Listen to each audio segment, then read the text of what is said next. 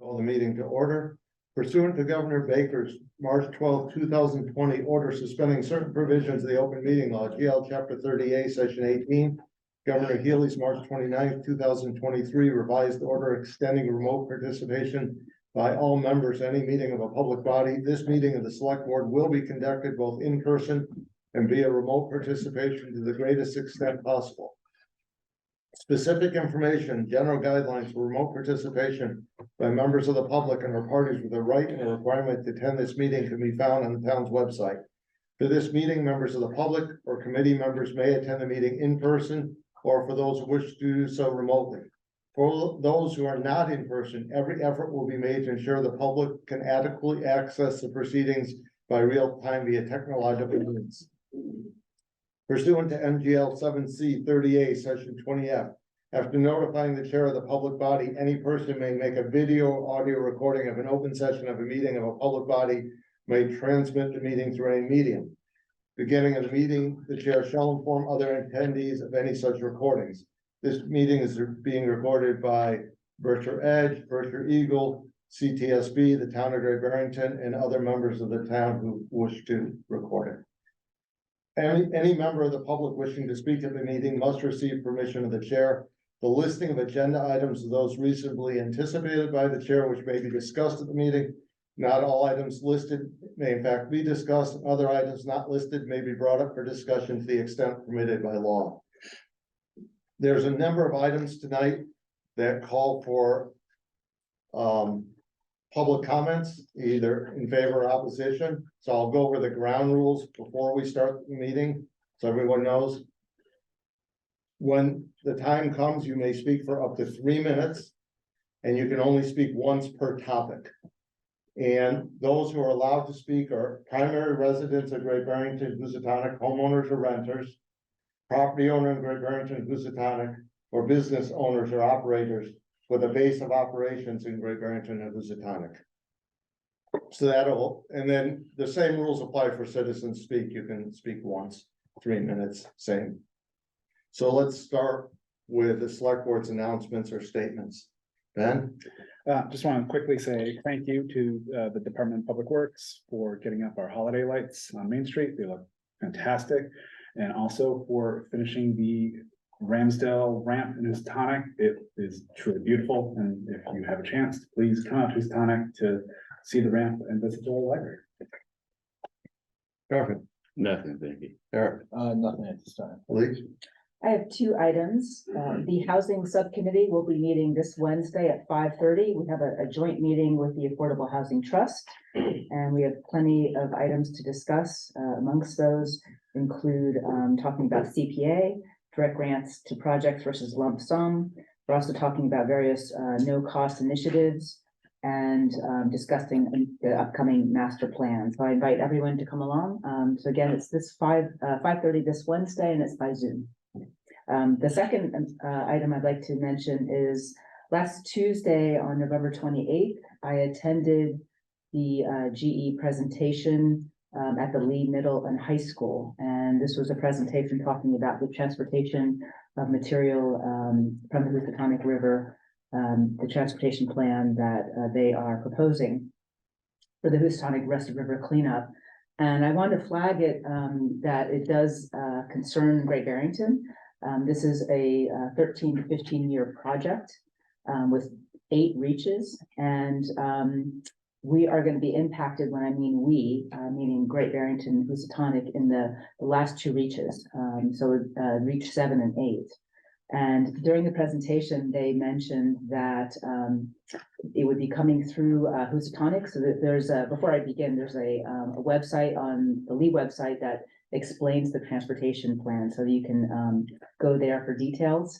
But it talks about having between 28 and 29 and 58 trucks per day for 2 years, carrying toxic waste from the Housatonic River through the streets of Housatonic primarily, as it makes its way to the UDF site.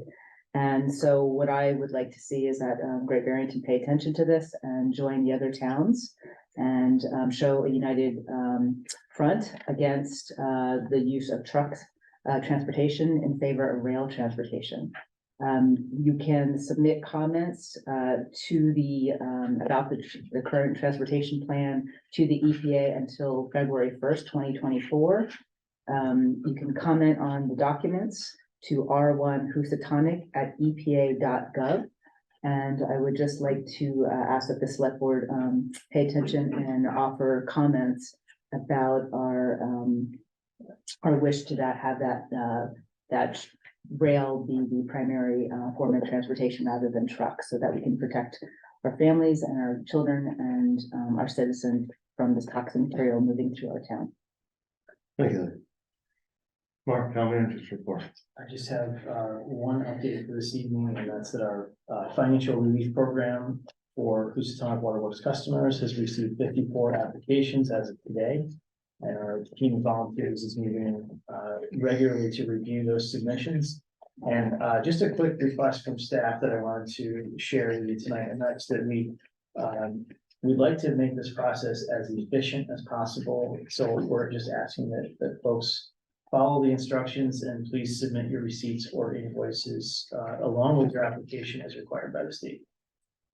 And that's all I have for my updates. Williamstown. Rebecca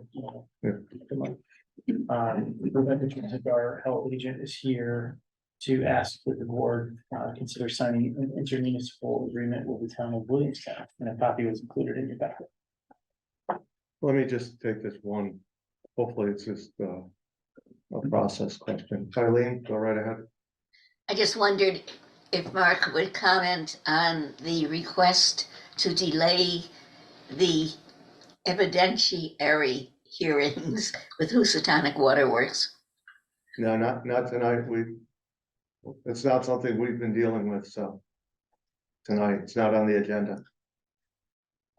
Well, Housatonic Waterworks was, so. Right. Yeah. Okay, thank you. You're welcome. Go ahead, Rebecca. Everybody. So as Mark said, this is an IMA between Great Barrington's Health Department and the Williamstown Health Department. Williamstown, their health agent of 30 years retired in August, and we've recently hired someone else, and they've asked that I provide training for this new health agent for a period of 6 months. Do we have any questions? Motion to approve? So moved. Second. Discussion? All in favor? Aye. Unanimous. Thanks, Rebecca.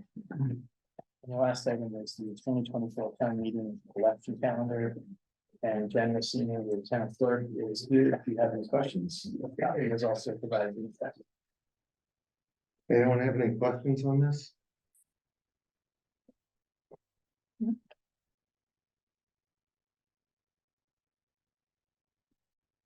So I think we're all set. Anything else? No, it's Licenses and permits. Application for access to a public way driveway permit 10 and 13 Rockville Road, Great Barrington. Excuse me, Steve, I have to excuse myself. Okay, thank you. Go Good ahead. evening.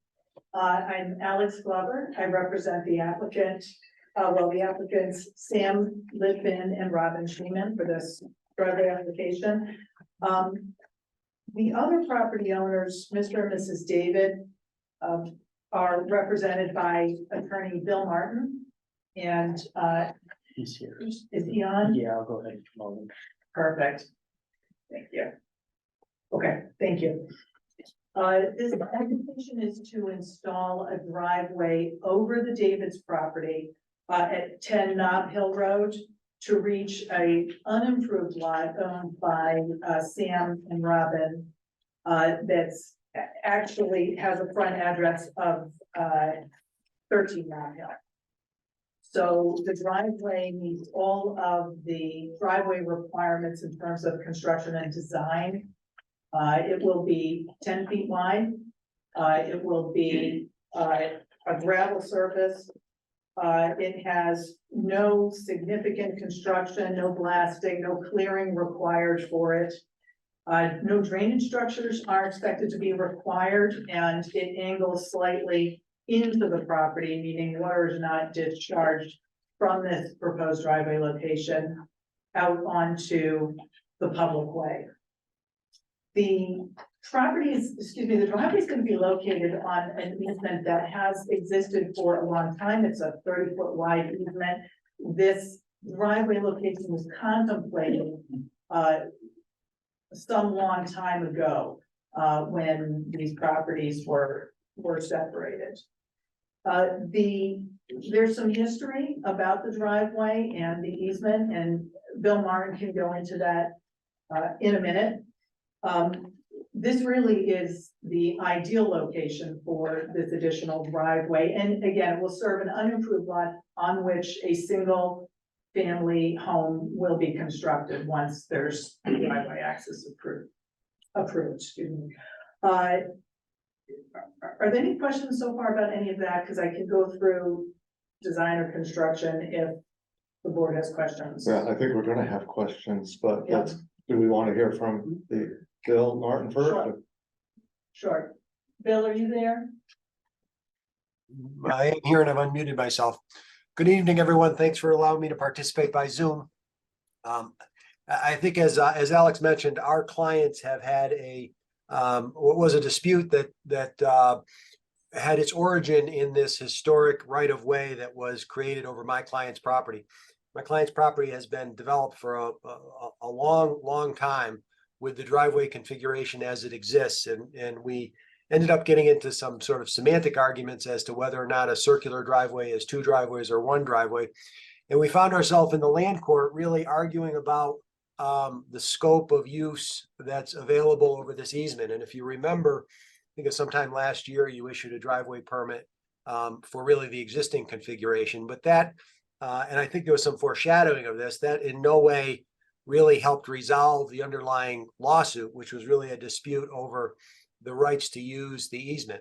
We had a number of conferences with the land court. We had quite a bit of discovery and fairly extensive mediation sessions that our clients participated in directly, and really came up with what both the land court judge and our clients think is as an excellent solution to what is otherwise a problem, and that is effectively to leave my clients with the existing configuration they have by really just tightening up a little bit the opening of the circular driveway, and then with some real clear parameters on its width and its use, enter into a settlement agreement that has us, in fact, jointly pursue this application.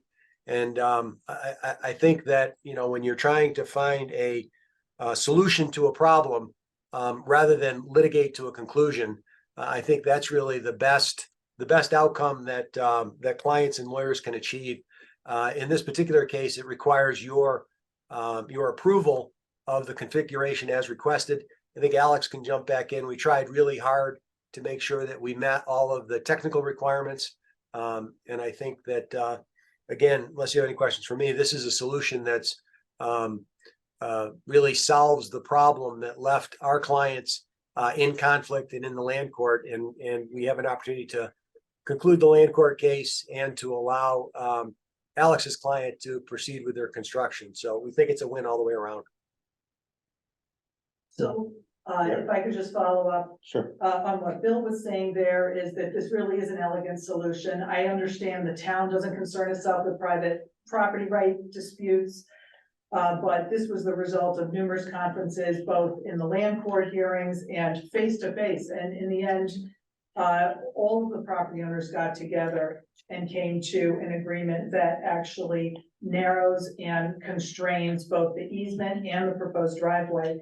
This particular configuration is substantially better from public and town purposes than if is the board clear on the configuration of these properties? I did attach a number of plans. Yes.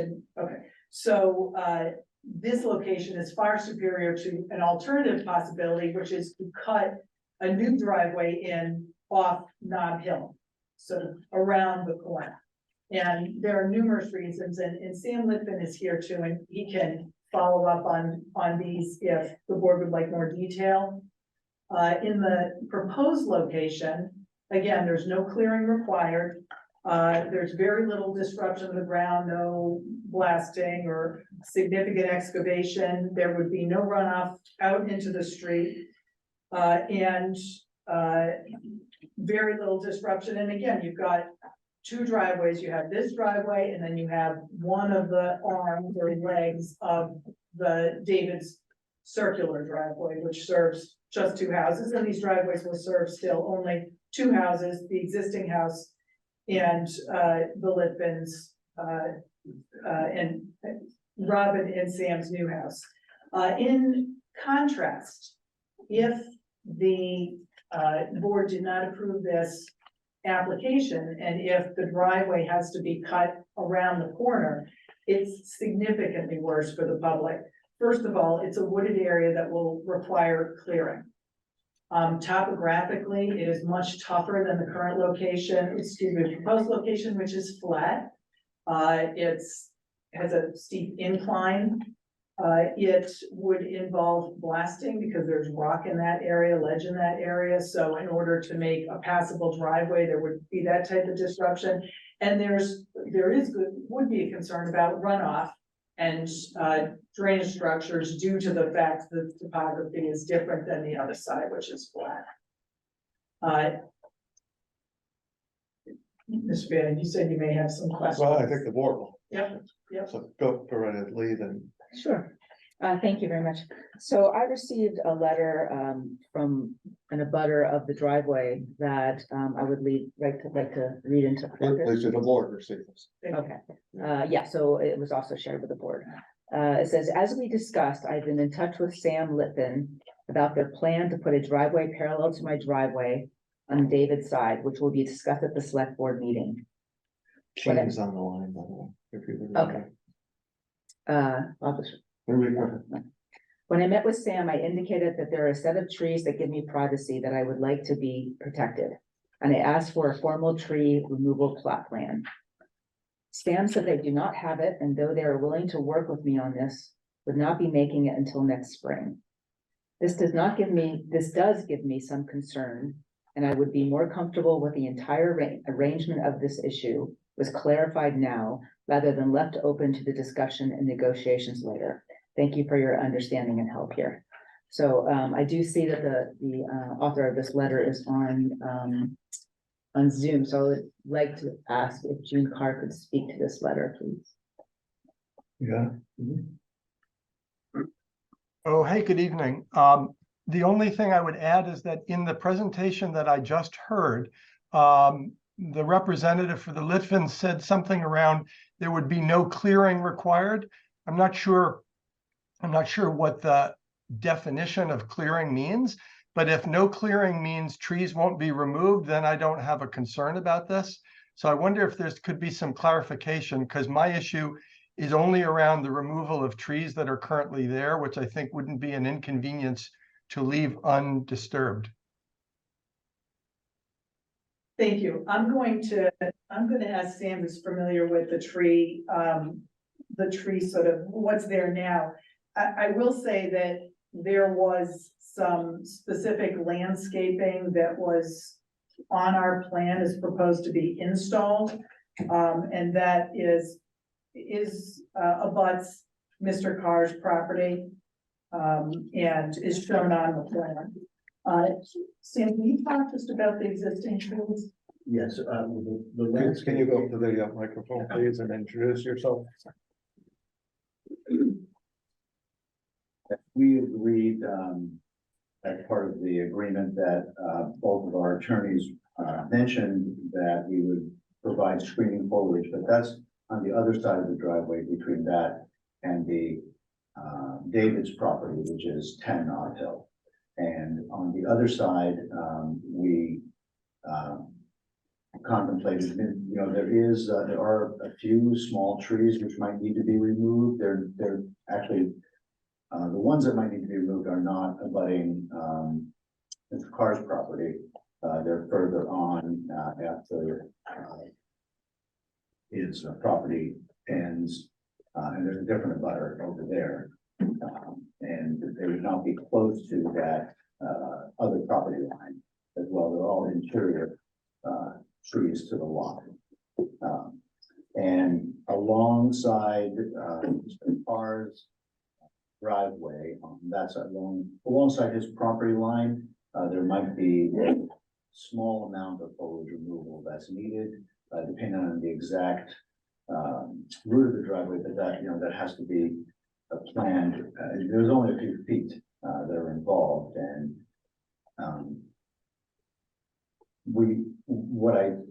my discussions with Mr. Carr were that we would not, we don't foresee removal of anything that would remove his screen, from the driveway. The foliage screen. So I guess, I see that Gene has his hand up again, and he had asked, at least in the letter, for a formal tree removal plot plan, so. Right, we just didn't have one. We didn't want to spend more money doing one until the driveway was approved. And I think if that is something that would be required, then we would have to do it. Gene, go ahead, just briefly. No, I mean, this sounds all entirely reasonable. I think Sam said two things that I think were a little contradictory. The first was, we don't think there's any need to remove any trees except for the property that is on the other abutter. And then he modified and said, well, there might be some foliage removal. So that's the essence of my concern. So if there's a way to just give me some comfort around this, rather than taking trees down and then planting new ones to create screening, that's obviously a better outcome for me. Right, and I was not, the reason it sounds like a contradiction is I was not referring to a tree removal along your side of the property line, but there is, there may be some minor brush, underbrush that needs to be removed. Yep. Which is different than a tree with a tree trunk, trimming it and doing some of the underbrush. There is some underbrush growth there, next to the tree line. Yep, thanks. Okay. Yeah, so I guess just a few questions I have here. Thank you for the updated map here. I saw it online today, but just a little confusing with the drawing. So does the semicircle and the new driveway exit at the same location? No, they do not. They're slightly offset from each other. They're slightly offset from each other. And there's a reason for that, is that it eliminates the need to, the common drive requirement that the town has, they're different from the requirement for multiple driveways. So the simplest way and the way that our clients were best able to resolve the issue was to have these two driveways.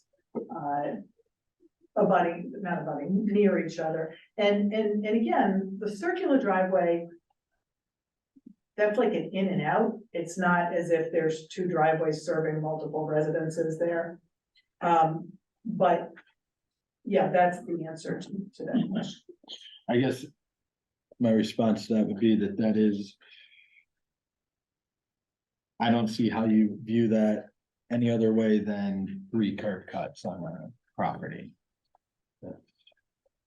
I understand, in terms of what we were looking at is the definition of driveway under the code, which did not refer to curb cuts. And it somewhere didn't refer to curb cuts, and it was focused on driveways per property, but contemplating uses on the property. So that was the concept. It wasn't based on curb cuts. I agree, there's 3 separate openings. Yeah. Then just when we looked at this 10 Lab Hill, was it a year or 2 ago? We approved for the second curb cut, correct? Or I don't even know that we got to a vote, right? It was an existing, I didn't mean to step on you. So we may want Bill Martin, Attorney Martin, to jump in here, but it was an existing driveway, and I don't want to in any way take away from the fact that the neighbors are all getting along now, but at the time, there was already a land court action pending when Mr. and Mrs. David came in and asked for this board to permit that driveway that was already there. And I did appear by Zoom and raise the issue of the conflict here and why this application was perhaps before the board at that time. And I believe the board did approve it. Noting that the board couldn't really get involved in private property disputes. Do you have anything else? Not right this. Would you like? If he wants to speak, yeah, absolutely. Could I make a comment? Of course. A couple things. I think it's on page 13 of your packet. One of the things that, and I don't know, Alex, whether the draft easement itself made the packet, but there was a lot of discussion and negotiation we had over the intensity of use of the right of way. The historic right of way in the easement or in the deeds is just uses the language right of way. This little area that says Grand Tourist Landscaping Area, and someone who is more familiar with the property might correct me if I'm wrong, but I think that there's some fairly large existing trees there. And one of the earlier renditions of this basically had the Litvin's driveway kind of run straight in. And we ultimately agreed to allow it to really jog over as far as possible within the existing right of way so as to preserve those trees, those more mature trees along the property line. So we clearly have the intention in terms of the execution of the easement that we've agreed to preserve whatever can be preserved along that stretch, and in particular the more mature trees. We also agreed, and I think this is helpful to the neighbor as well. You know, we have some very specific, almost zoning permit-like conditions of the easement, such things as no artificial lighting, no parking in the easement, construction hours being limited, the driveway not being used with any sort of ice melt that's sodium based. So we have a bunch of conditions that I think are really helpful. When my clients were back, you know, getting the permit that you all, I'm sure granted probably almost 2 years ago now, at least a year and a half. That was at a time when we were really locking horns over the definition of the driveway and the prospect of the combined use. And I will say that you got to give the land court judges credit because they do a very good job of conferencing cases and trying to get parties to resolve disputes as opposed to litigate to conclusion. And there is no clear legal answer in terms of whether or not my client, because of the language of the existing right of way, would be obligated to have any portion of the driveway shared. In fact, even if that were true, I think it becomes even more complicated in terms of trying to accomplish the result that we want. So when Alex and I looked at the technical rules and sort of worked through this, we thought that there is clearly a path by which you can grant this request, it's not, you know, this isn't a situation where we're trying to put a square peg in a round hole. I do understand Mr. Carr's concern about that property line. And you know, again, whether or not we can get across the finish line tonight, and what Alex's client has said about this, I certainly would think that we could have some sort of condition that would require as a condition of the permit that Mr. Carr be satisfied in terms of the foliage that can be retained along his property line. Lee, go ahead. What is the distance between the approximate location of the proposed driveway and the existing David's driveway? And the existing Davis driveway? Yeah. I don't Seems have. very close. Yeah, it is very close. If I scaled it off the sketch, then that would be, there aren't dimensions other than the 15-foot wide right of way that's shown on that particular sketch. But, you know, I guess it's 5 feet. Well, 5 feet from the edge of the right of way, sorry. Maybe 10 feet from the traveled way. So if there's only 5 feet between the two driveways, so, and they're not gonna be sharing a driveway, so it's just 5 feet between two separate. Yeah, I think it's Driveways? 10 feet. When I said 5 feet, I was estimating between the edge of the right of way and the existing driveway, and I corrected myself to say 10 feet because I was saying to the traveled way. If you're saying where the actual physical driveways, it's about 10 feet apart. And does the Lippens, will they be holding on to this new house that's built on this new I don't, improved lot, or is it something that, I'm just thinking about the traffic that's coming in, is it they're using it for family, or? I don't know the answer, and I talked to them about it. I'm not sure they know the answer yet. They are gonna build a single family residence there. Is And there, it is a separate building lot. Their home is next door. is there plans already for the single family? Sam, do you have plans yet? We don't have plans yet. Guess one of my concerns is I look at this as 3 driveways. Because we go by curb cuts, that's what we've always done. And that we don't normally give a third curb cut, we're allowed to, because unless there's, usually it's a space. If it's a very large parcel, which this is not. And if, my concern is that, if you're calling this one driveway, the circular driveway, the 2 curb cuts are probably greater already, if you're gonna call it one driveway, than our 16-foot maximum.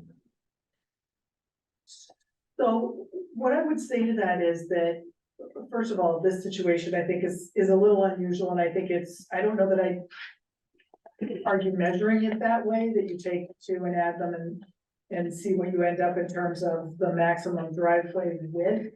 However, I think even if this board were to look at the possibility of considering it a third driveway, particularly as amended by a recent change to 153. There are numerous ways in which permitting the driveway in this location are in fact a material benefit to the town. And I went through those before, but I'll just say again, the site would require, the access would require complete clearing, blasting, steeper access into and out of the property, and runoff and drainage issues. I have a topo. Would that help the board? Are you interested in seeing that? I have a I'll look at topographical. it, Yeah. please.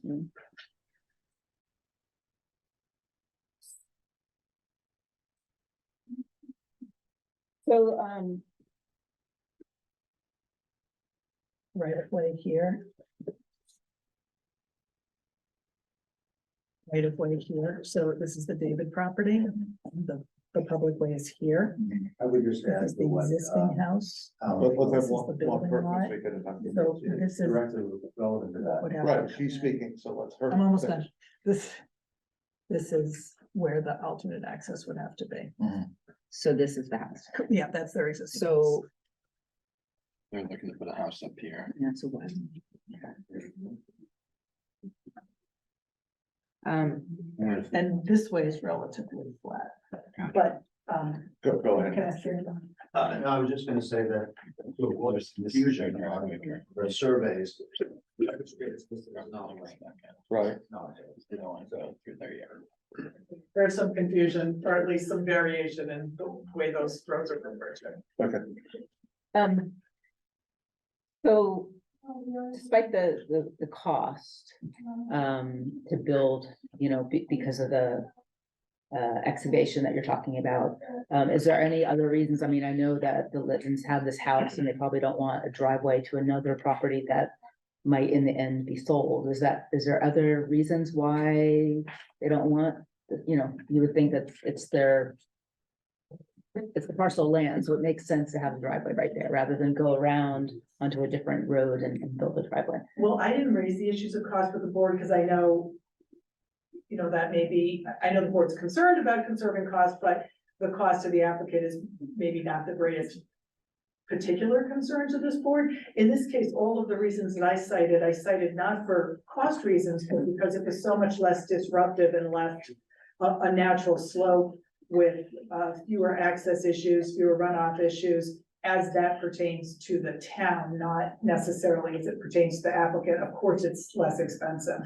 to go in the other direction. But the other reason is that this was always what was contemplated as the access, and that's not to suggest that, you know, there's any obligation on the part of the town here, but this access as a right of way to the Litvin property existed long before they were there. It's in the deeds and in a recorded sketch in the registry of deeds. So it was always part of the package, and it in fact is one of the reasons that Sam and Robin purchased the property, the house, and then the lot, was because the access was going to be up there. So there are other reasons than just cost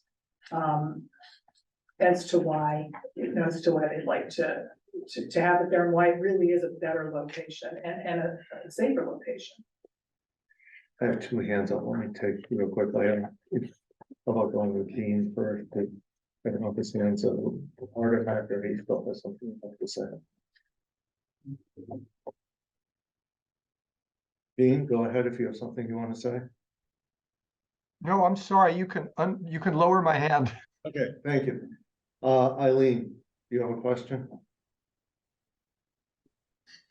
I do. I was wondering whether the board had had inspected the site. Not as a board, we have not. We did not do a site visit. Thank you. You're welcome. Any other questions? Are there plans for the landscaping in between the new driveway and the existing driveway? Like what will actually be in between those two? There's nothing specific in terms of that. I'm sorry, between the two driveways? Yeah. I don't think we have any Yes, specific. there's an agreement there's of a an certain number of agreement. trees of a certain height. It's written. That's part of the settlement, proposed settlement. And I should add that the proposed settlement is conditional upon the approval of the driveway. Yeah, I wished I'd included that language in your packet. I didn't because I know it's a private property issue, but I think it would have, illuminated for the board that this is an unusual situation that in the agreement has permanent restrictions and limitations on the driveway as proposed. I guess my question is, I still go back to the 3 curb cuts in such a tight location, and I don't know how we get past that, especially when there is clearly other access to the property, that is on.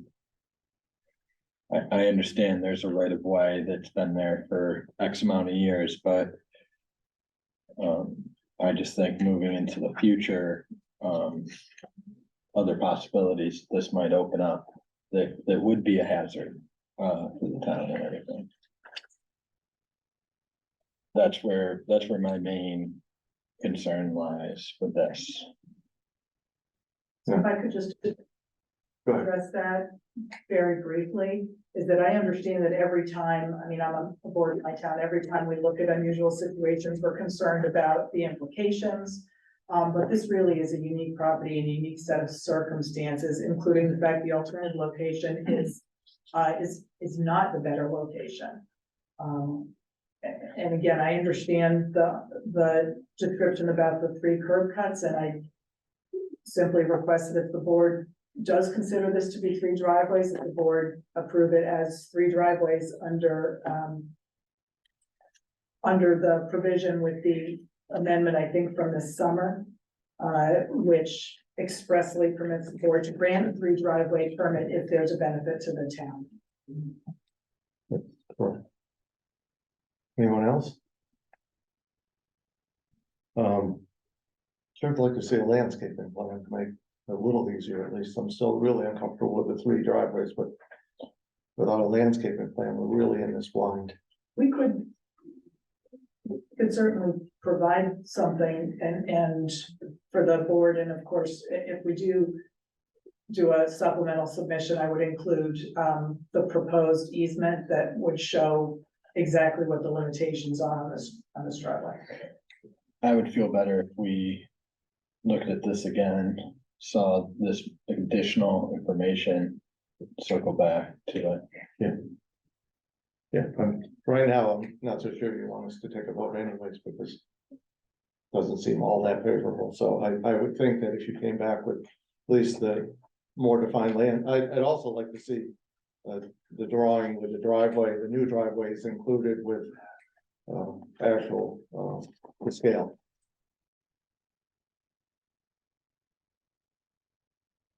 I would also like to see a sense of where this new house is gonna go. Because it seems to me, looking at the site, that you could go on their property. And, there's the kind of imaginary house there. So I would like to have some sense, at least, where you're planning to put the house. So we have a sense of, how it's gonna connect to this proposed driveway. Or if that is not approved, how the other driveway would work. Thanks.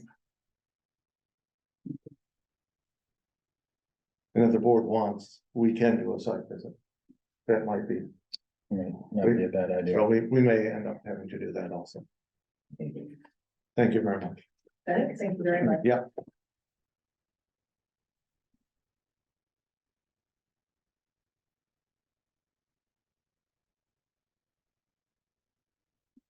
Okay, next is an application for a one-day beer and wine liquor license. The Tally Roches fundraiser scheduled for December 15th, 2026, at Richard South Regional Community Center.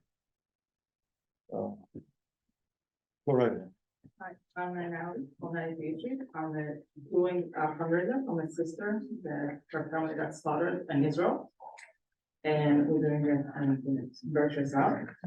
We're gonna have security, it's gonna be an adult event, 69. And we have the tip certified, that George Urban is gonna be there. And Thank you. You have a moment. I make a motion to approve the one-day beer and wine liquor license to Natalia Roches for the fundraiser scheduled for December 15th, 2023 at Berkshire South Community Center. Second. Any questions? You mentioned security. Could you speak to that a little bit more? because it's for Israel, and we have some issues in town lately, and I also hired a security company. And the police knows about it. Just in case, I'd like, be ready. Anyone else? All in favor? Aye. Unanimous. Thank you. Application for temporary weekday entertainment license, cold bowling fundraiser for Construct, scheduled for December 22nd, 2023. I have to recuse myself because I am employee of Construct. I'm Juanita Overrush, I'm on the code. And we'd love to host this fundraiser for Construct. Terrific. Do I have a motion? Make a motion to approve this party for December 22nd, 2023, a fundraiser holiday party for Construct from 6 p.m. to 9 p.m. Do I have a second? Second. I have a motion, and a second. Questions? Hearing none, all in favor? Aye. Unanimous. Thank Good luck. you. Thank you. One abstain.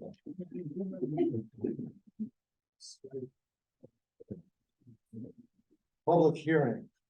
300 Stockbridge Road. New liquor license application, wine and malt beverage, Price Chopper Operating Company of Massachusetts, Inc. Do you have a motion to open public hearing? Excuse me, Steve, I have to recuse myself. Yes, thank you. So moved. Do I have a second? A second. Roll call vote, Ben. Aye. Eric. Aye. Lee. Aye. And aye. Do we have the presentation? We do. Good evening, my name is Tyler Sterling. I'm the Vice President of Real Estate at Price Chopper Market 32. With me today, I have Steve Spielman, who's the Zone Director for Price Chopper Market 32. His area of responsibility includes the Great Barrington store. I also have James Collins. James is going to be the store manager if and when the store is expanded and converted into a Market 32. And Jim has extensive knowledge and experience with our company and managing stores that have beer, wine, and liquor licenses. So I also have John Nelson and Danny Weinrib. They represent our landowner and our land board, the property owner. So, just a little background, we are reapplying, it's essentially the application from March of 2022. That application was denied and, it has been appealed to the state superior court. That appeal is still pending.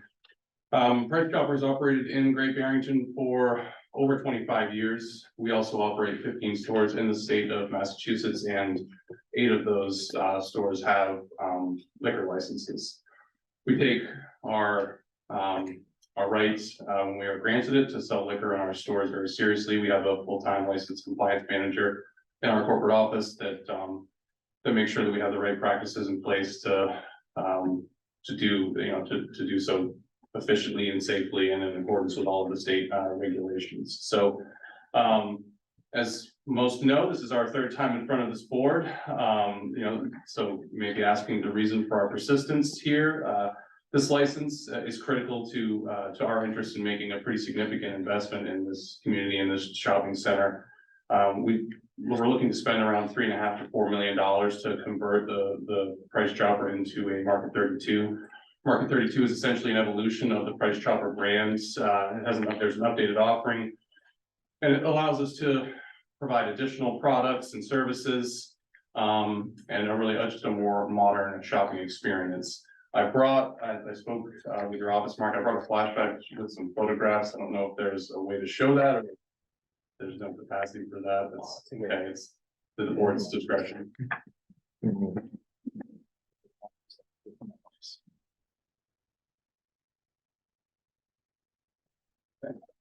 While you're doing that, so I'll talk a little bit about the investment. So, our ability again to make this investment relies upon our what we think is our ability to be on an equal playing field with our competitors in this market.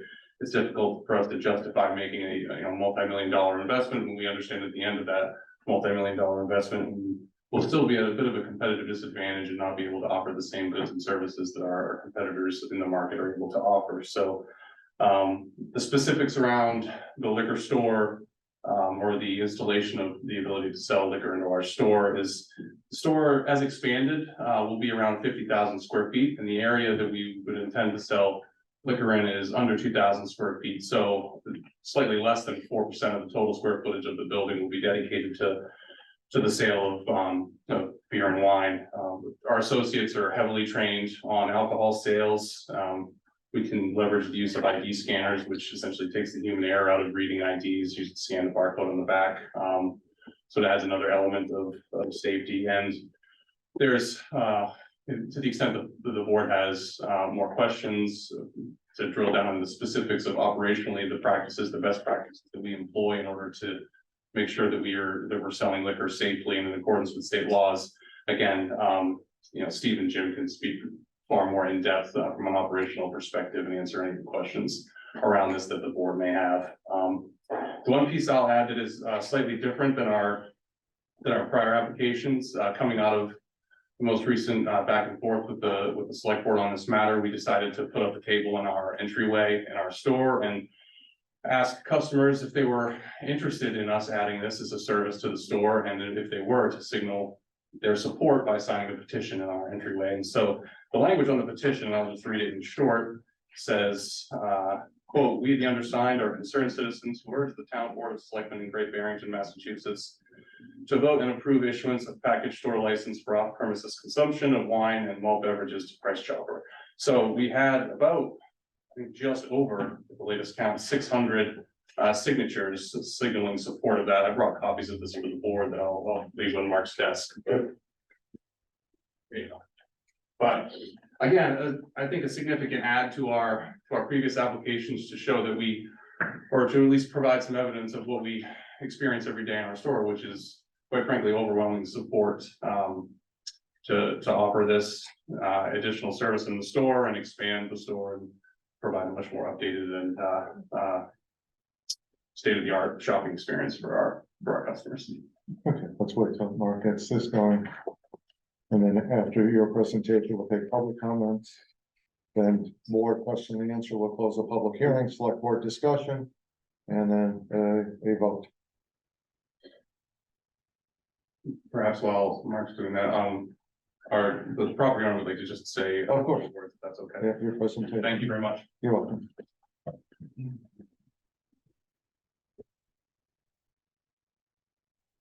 Hi. My name is John Nelson. Thank you for letting me speak. I am the managing member of the entity that owns and manages Barrington Plaza. And I just wanted to make a few points as to the importance of a healthy, competitive price chopper to our community shopping center. Price Chopper is our anchor tenant. Having an anchor tenant, you know, that is both has a long-term lease in place, stabilizes the shopping center, and makes it easier to attract and retain and maintain high-quality tenants. Almost every time we're approached by a new tenant looking to come into our shopping centers. Pretty much the first thing they're concerned about is the status of the anchor tenant, because that really drives the traffic for the center, particularly in a supermarket anchored shopping center like Barrington Plaza. And I can tell you that if we can show them that there is a long-term commitment, long-term lease commitment, it's significantly easier to, to attract these tenants and to retain them. Conversely, to the extent that we're not able to do that, we tend to end up with, less desirable and less stable, shorter term transient tenants, and we end up with more vacant space. That's just the way it works in my experience over 30 years in business. So as Tyler indicated, we had about, I think, over 600 signatures of, I would think the vast bulk of those are citizens or residents. We also have approximately 250 employees at all of the stores in Barrington Plaza, not just Price Chopper, but all the other stores. So just to put this in context, let's say there are about 850 people that are very closely affected with the nexus to Great Barrington. There's about 70, I understand, about 7,200 residents and about 3,100 households. This represents 850, just mathematically, it's, not a little bit less than 30% of all of, people that have a nexus to Great Barrington. So anyway, I just wanted to throw that. Happy to answer any other questions from a landlord perspective. It's obviously a very significant concern to us, making people see that the Price Chopper, we got this license, which is why I'm here. So I thank you for your consideration. Thank you very much. Okay, I wasn't able to join as a panel. Okay, that's fine. Okay, so next we're gonna have public comments in favor of or opposition. It's, each person has 3 minutes as I outlined, and you can speak once. So I have someone online. I'll start with the online. I assume that's what they want to talk about. So go ahead, Roshank Patel. Hello, can everyone hear me? Yes. Okay. Name. Yeah, so I'm not sure if you guys are going to bring up these points, but I'm just going to bring them up. I am a manager at 229 Stockbridge Road. Name and address, please. Oh, yes. My name is Rushank Patel. My address is 4 Cooper Road. And so I'm a manager at 229 Stockbridge Road, Shell gas station in Great Barrington. So I'd like to bring up a few points. The first point being that kids will be able to access alcohol easier, as it is a larger location, and teenagers could be shoplifting the alcoholic beverages because it is a supermarket, and even though they can have a larger staff, again with a large location, it is easier to shoplift using backpacks and such things. Also, another problem would be like people drinking in the parking lot because the plaza itself does have a larger parking lot. So people could just purchase alcoholic beverages and then consume them in their vehicles. And then also the third point being that after they've consumed them, they would drive on the road. Again, it's a very busy area. I know because I work at a gas station on Stockbridge Road. And again, these points I feel like should be brought up. I'm not sure if you guys will bring them up anyways, but just bringing these few points up. Thank you very much. Okay, go right ahead. Name and address, please. Joanne Sharon, can you hear this?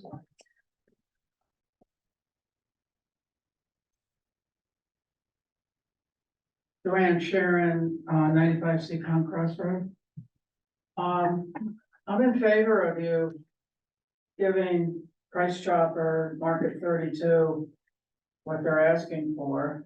And if they're willing to invest their own money into upgrading a grocery store in Great Barrington, I think it's very positive all the way around. Everybody uses a grocery store. It's definitely needed.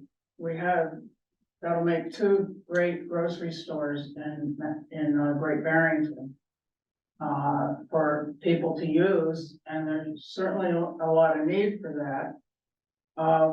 When Market 32 did the same thing up on Route 7 on the Lenox Pittsfield Road near Guido's, they renovated the whole thing and got their liquor license, and it's an absolutely wonderful, beautiful store. So I'm very much in favor of you, hopefully.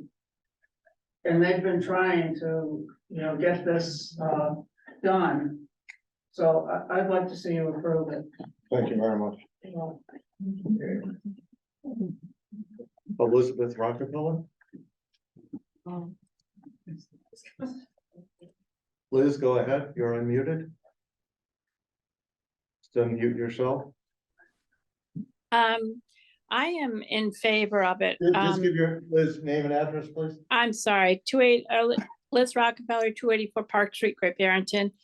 I don't see what the big deal is of approving this for Price Chopper. If kids are going to shoplift, they're going to shoplift anywhere. They're going to shoplift in liquor stores, they'll shoplift in Big Y. People buy in liquor in other locations in town, sit in their parking lots and drink their liquor that they just purchased, and then they turn on their car and drive. I'm in favor of Price Chopper adding this facility to the residents of Great Barrington. Thank you. Thank you, Liz.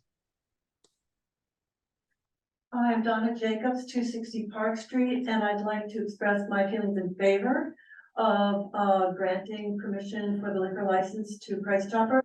And I think we're overemphasizing the problem with liquor here. What we really need is a first-class supermarket on the north side of town. I drive to Big Y on the south side of town because it's a more pleasant place to shop. I don't buy my liquor there. I stop at the Manny's on the way home. So I don't think the liquor is really what matters here at the Price Chopper on the north end. We really need a first-class market. And I think not to have that is to neglect the real estate on the north end of town.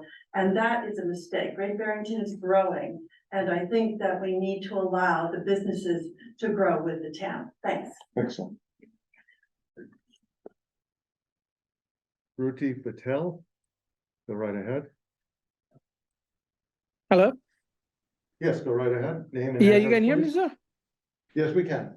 Yeah, my name is Shruti Patel, and I live on the 4 Cooper Road at the Great Barrington, just behind the supermarket. Yes. And I'm not in favoring to give the alcohol to the supermarket because it's definitely going to bring the violation to the parking lot. And it's definitely hurt my neighborhoods, Thank you very much. All right, thank you. Thank you. Arnie Wolstein, Housatonic, and I want to speak in favor of this liquor license for Price Chopper. I've been concerned about, Price Chopper being made out to be some sort of bad guy here. And the whole situation has become more adversarial. I mean, I think, this is a huge asset to the town. And Price Chopper is big, and your job is to help the town.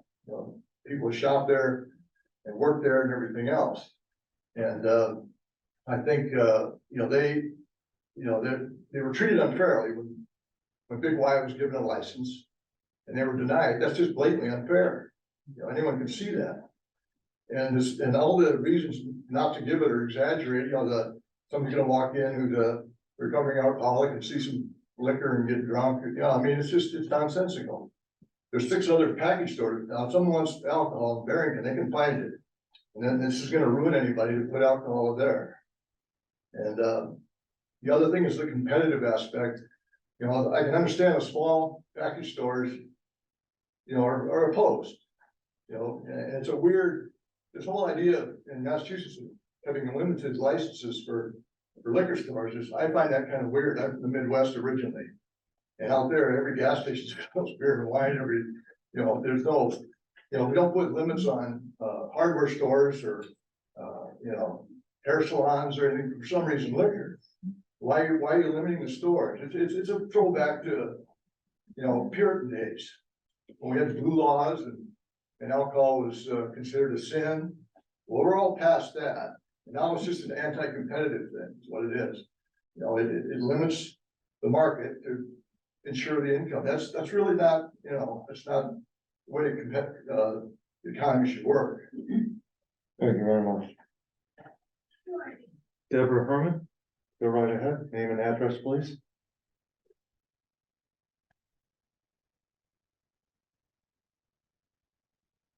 Yeah, just unmute yourself then. Deborah Herman, 373 North Plain Road. I just want to echo my support for the Price Chopper getting this liquor license. I've just noticed in the past couple of years that the Price Chopper seems more and more forlorn, and I understand why they're not investing in the property given the lack of a liquor license. I would love to see it become a Market 32. And I think that the people of Housatonic and the northern part of town need a first-class market. And I agree with people that, the fact that people abuse liquor, then take away all the other licenses and we go back to the days of prohibition. I think that the Price Chopper should not be the victim of the fact that, some people don't drink responsibly. And, I guess that's all I have to say.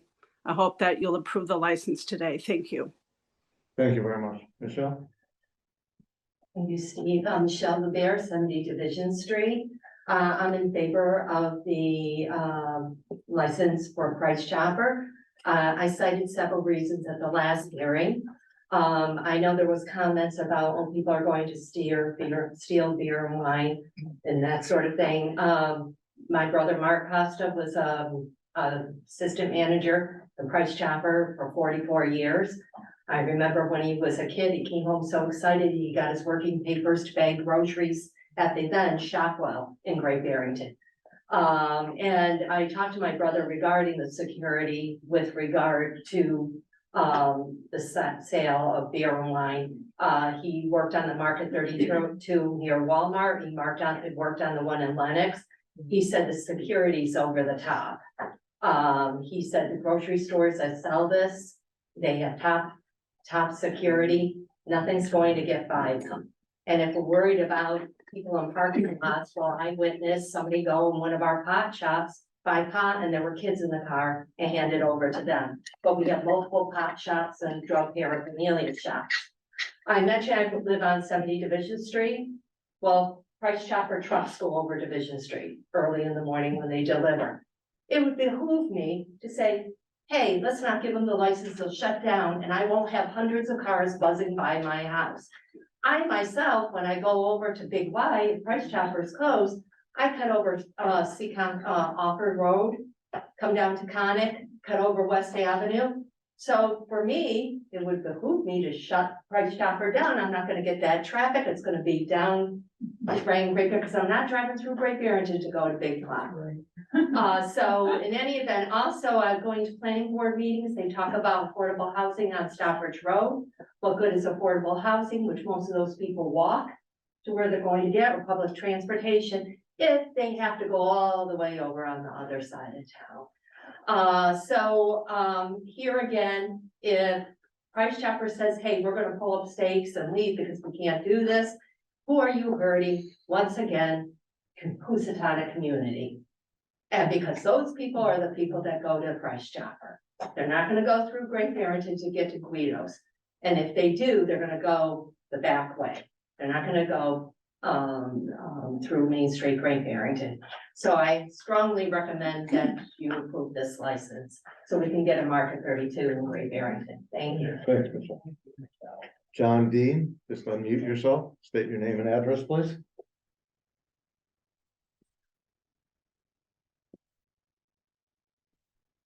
Just have to unmute yourself.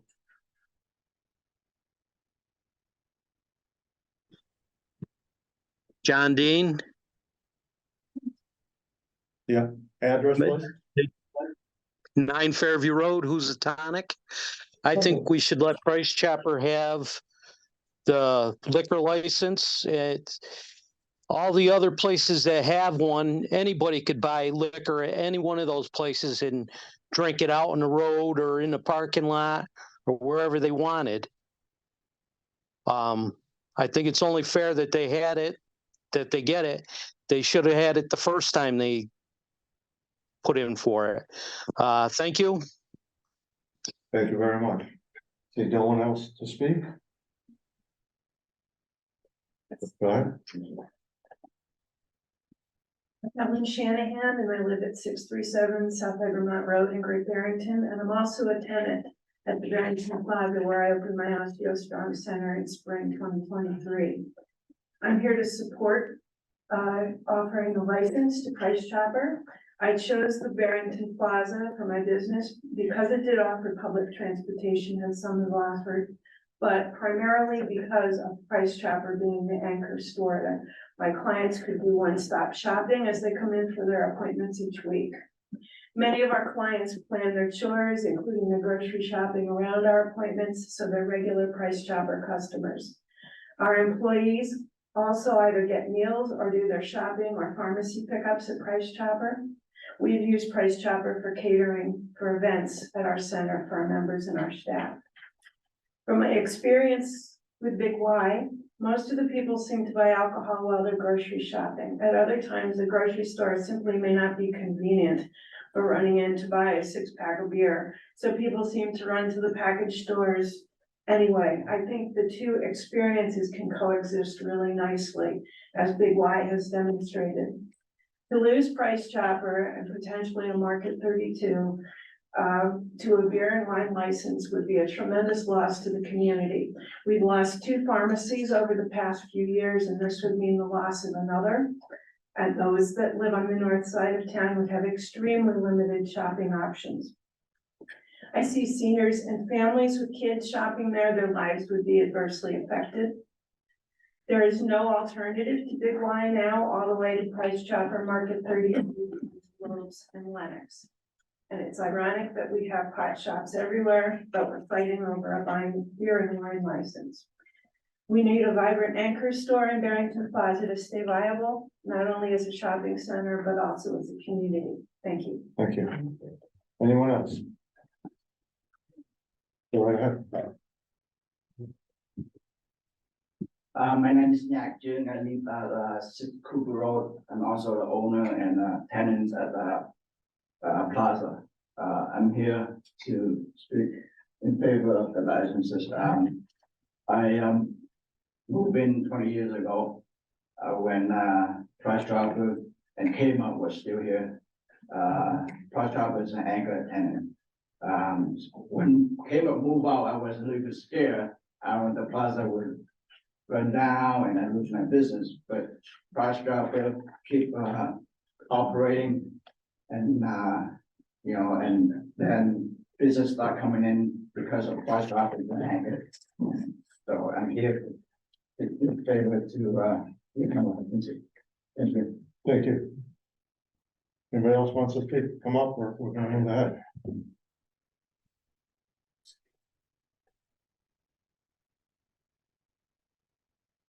Good evening, I'm Ed Domaney. Thank you for giving me the opportunity to speak.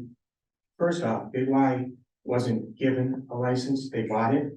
I think it was stated that they gave it. Secondly, the reason why we don't have licenses everywhere, like in the Midwest, is liquor has to be regulated. We need regulations in our life. Regulations are not bad, they protect the public.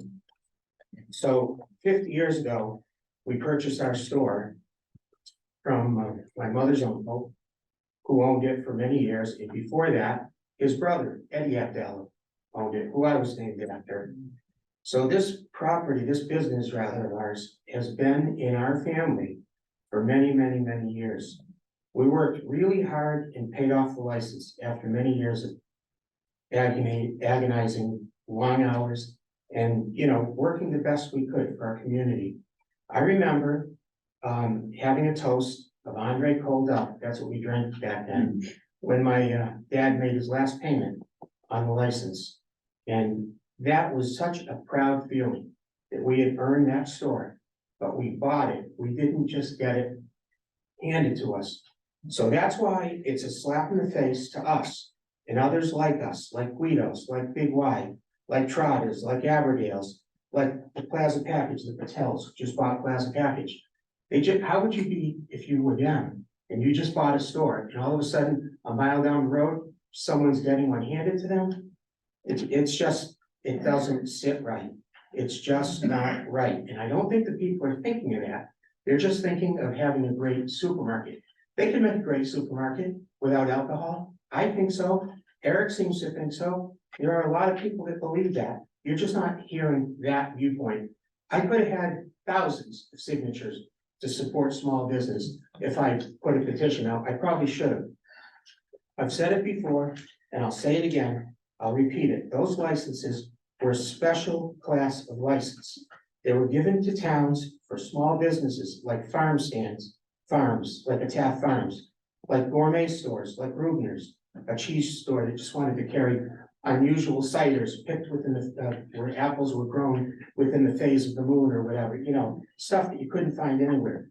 Places like the Co-op, a store that was designed for the people and owned by the people. That's what that class of license was for, not designed for wealthy corporations. As good of people as Price Chopper are, that license is not designed for them. So with that said, I just want to talk to my select people. You have about 20 seconds left. Steve, I've been in business for 50 years. I think I could have an extra minute. I will give you an extra minute. But Thank you. The Thank you for that. The state judicial court does not look kindly on me doing that. Thank you. 1 minute. Steve, you're a champion for small businesses. You have a pulse of the community. Thank you for doing that. We hope you still feel that way. Small business is what has made Great Barrington what it is over the years. You have great convictions. I hope you stick with your heart. I hope you don't let anyone beat you up over the way you feel. Don't let any of the Facebook people bother you. You don't want liquor in the store. We respect you for it. Ben, I hope that you can rethink your position, no matter whether it was for me, for Price Chopper, and vote from your heart. That's what counts. You have to live with these decisions. Stevie, we grew up together. I respect you. You do a great job as the select board chair. Thank you for all the time. Appreciate it. Thanks, Eddie.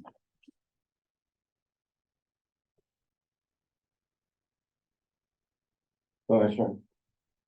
Karen Gregory, on that, oops. I just have a question. Can somebody explain why, what liquor licenses were bought before and now are given? I don't know. I'll go through a very brief explanation. If there are licenses available, they don't have to be bought. They can be assigned by the select board. If there are none available, then they have to be bought. But even if they're bought, they still have to be approved by the select board. They don't just get bought and handed over. They still have to be approved. But The change of ownership. now there are liquor licenses available. This is the last one. There's one available. I see, and that's why it's given, it could be given rather than Right. purchased. If they're all seven were being used and someone really wanted to open a liquor store, they would have to purchase one of the seven. Yes. Yeah, go ahead. There's someone who says, doesn't have their name, it says user's iPhone. Just give me your name and address, please. My name is Paul Tazinski. I'm from 26 Division Street. Thank you, Paul. Go right ahead. Full disclosure, I am the third generation owner and operator of Taft Farms, Route 183. And we are also on the waiting list for this last remaining license. We put in our application last spring. Shortly thereafter, the application for Price Chopper was denied. These licenses, as Eddie Domaney pointed out, were given to the town to hand out in addition to the licenses that had already been given, not based on population. They were designed for small businesses. They were designed for mom and pops. They weren't designed for mega corporations. You know, whether it was Taft Farms or any of the other small businesses in Great Barrington where you actually see tangible community support. I really feel that that's where this last license should go. Obviously, I would love it to be for my store. It would have an immediate impact on our short and long-term viability to be able to put in locally crafted ciders, organic wines, organic beverages, and things like that. It would be, of course, to our best interest. And that's why we put in the application, not to become a package store, not to try to compete with Big Y or Guido's or Domaney's or Plaza or even Aberdale's up the street. And I've actually spoken with all of the other proprietors in town who have been in favor of us getting the license, but we can't even be heard because this is now the third time this application has been resubmitted to the town. And to the point of security, it was just published that the Price Chopper location in Lenox had over $75,000 worth of theft last year in alcohol-related shoplifting. I don't know whether that number is inaccurate, but it was reported to be accurate. I can tell you that stores right now are being told, they're instructing their employees, when you see people shoplifting, don't go after them. It's not safe in this day and age to send an untrained employee to run after somebody who's being caught shoplifting. So to think that a store that is selling alcohol is going to be any better equipped to handle shoplifting than one who isn't, I think is quite naive. Not to say that that should be the primary focus, but to say that that's a rationale for granting it, I think is, again, a little bit naive. So I would say that I'm not in favor, just to put that on record. Thank you, Paul. Go right ahead. Good evening, everyone. My name is Jigashan Rose and I'm the owner of Plaza Package.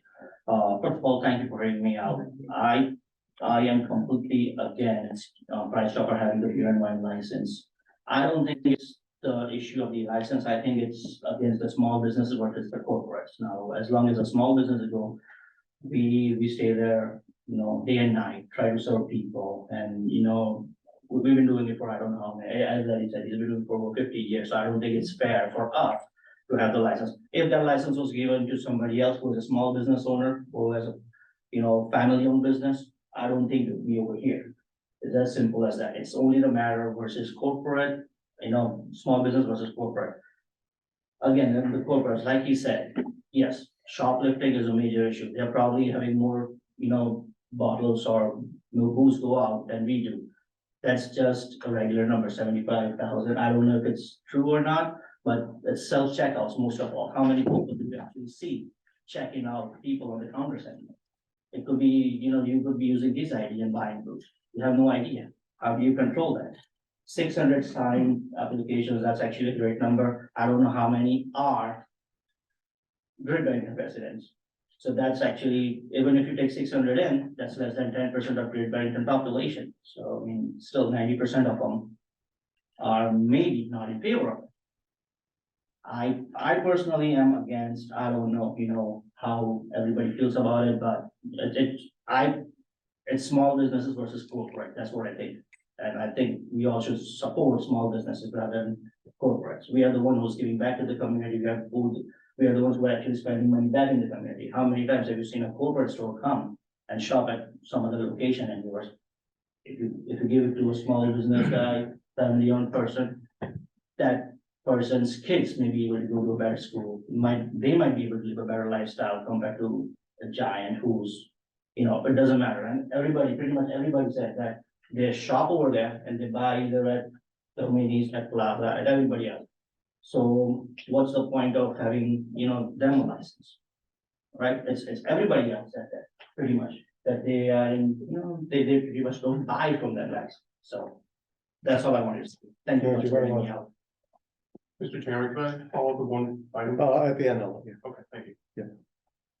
I believe it's Jim Bailey. Yep, thank you. Jim Bailey, Housatonic. Just gonna call out a bunch of people who keep dwelling on the corporate America. It's wrong. Each and every one of you who have spoke tonight crying about corporate America are gonna go on, if not once today, tomorrow, Amazon and order something. The best thing that we can do as a community is embrace what Price Chopper Market 32 is doing to help our community. You're talking about fear. Fear mongering is foolish. The idea that there's people in a parking lot drinking, there's people parking lot smoking pot. The fact that Price Chopper is offering our community something that we need, I really could care about whether or not there's alcohol sold at Price Chopper.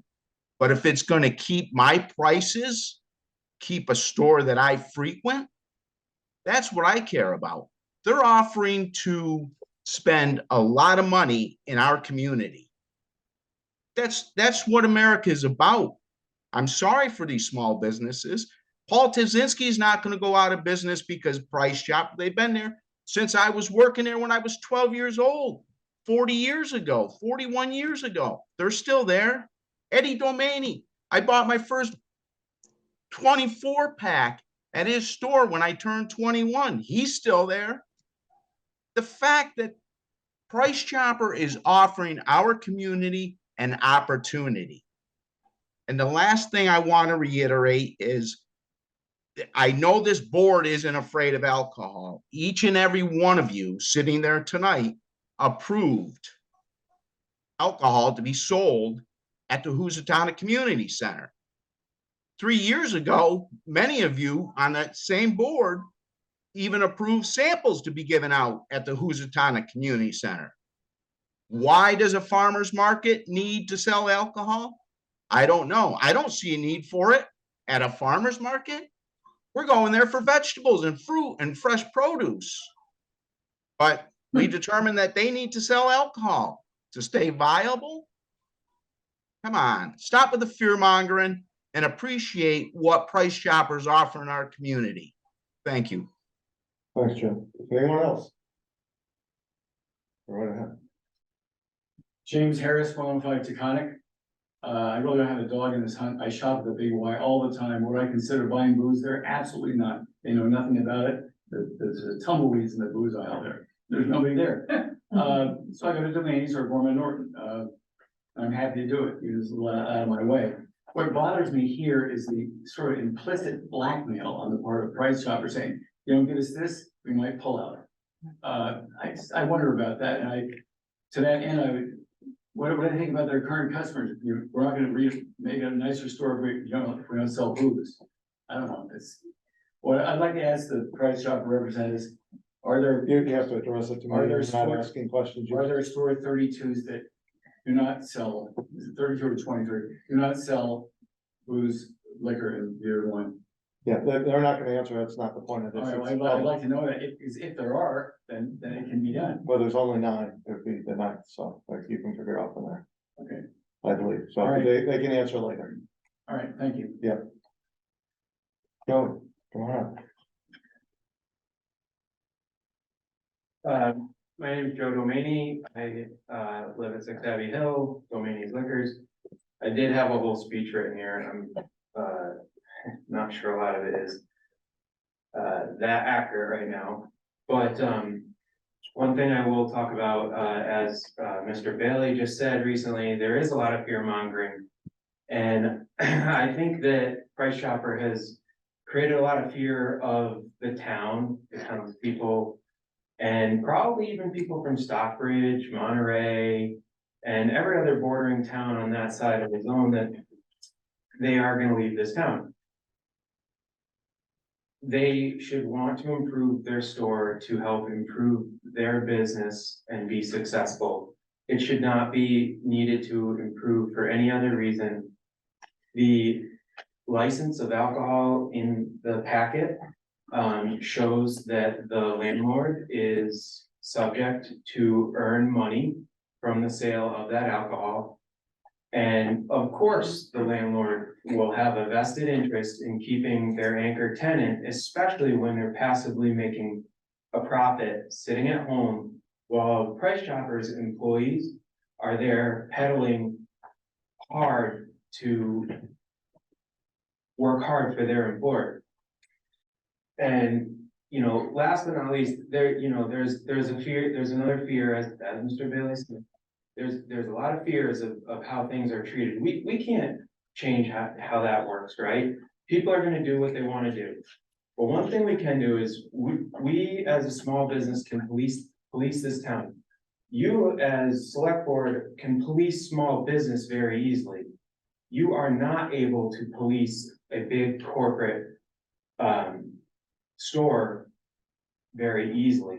Hence the reason why there's an appeal to the Supreme Court at this point. Now, we have in this town, the Massachusetts Municipal Association. They represent you guys. That's their job. Let them do their job. They can stand up there with their lawyers and speak very accurately about how you guys chose not to support this for the third time, and how the ABC has upheld your decision to not vote for this. They seldom, based on good reason, they seldom have, if ever, maybe, have gone against the town and the ABC. I really, I appreciate everything that every one of you do. I could not do this job. I am much better talking about Cabernet. I could not sleep at night on a Monday night if I was sitting in that desk. And, I know it's a very hard decision, but I really hope that you will think about the viability of this town. So much so more than the viability of one anchor store in a shopping plaza that could very easily be replaced by another one who will want to improve for their own good and for their own store. Yeah, thank you. Thank you. Thank you, Ron. Dave, I was waiting for you. Sure, Steve Donaldson, 1 Cypress Street. I can answer a couple of questions for James. I looked at every store on Price Chopper's website. That's how I gave you the statistics about the stores and distribution of Market 32 versus Price Chopper, et cetera. There are a number of stores in their system that are Market 32s that have been converted, upgraded, what do you want to call it, that have beer only, not beer and wine. And there is one store I'm aware of in Metamora, Pennsylvania, that is a Market 32 upgraded store that has no beer, wine, or liquor license, period. So the answer is yes, it can be done. If they care about being a grocery store that feeds their clients and helps them feed their families, they can certainly spend $3 million instead of $4 million upgrading their store, respecting their customers, which they haven't done for the last 6 or 7 years, neglecting this store on the basis of the fact that they want this license, and the only way they'll spend money to upgrade the store is if they get their liquor license. And by the way, implicitly in the back door, if we don't get it, we just might, in a fear-mongering way, leave your town. That's just pathetic in my mind, so I'm against it. Thanks. Okay, and the public comment? There will be, public comment is closed. I'm not closing the public hearing yet. Before the select board discussion, does anybody have any questions of Price Chopper? Market 32, the goals. If you do, now's the time, otherwise we'll close. Go right ahead, Ben. Sure.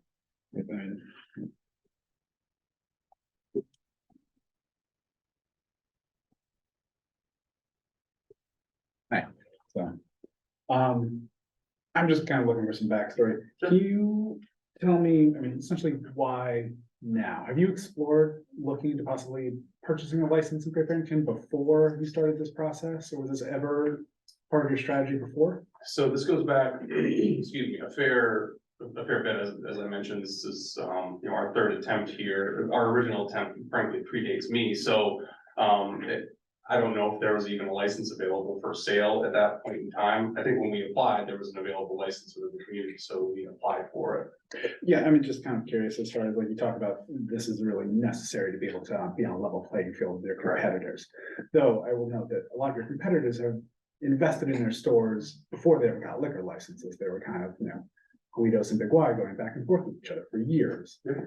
Can you kind of, you know, so I'm also curious, do you know the history of the investment that Price Chopper has made into this location since it's opened? Well, so it's been 27 years. There's, you know, over 27 years, you can't open a store and then not invest money. And I would say the large portion of those investments have been, I would say, small, what we would call remodels.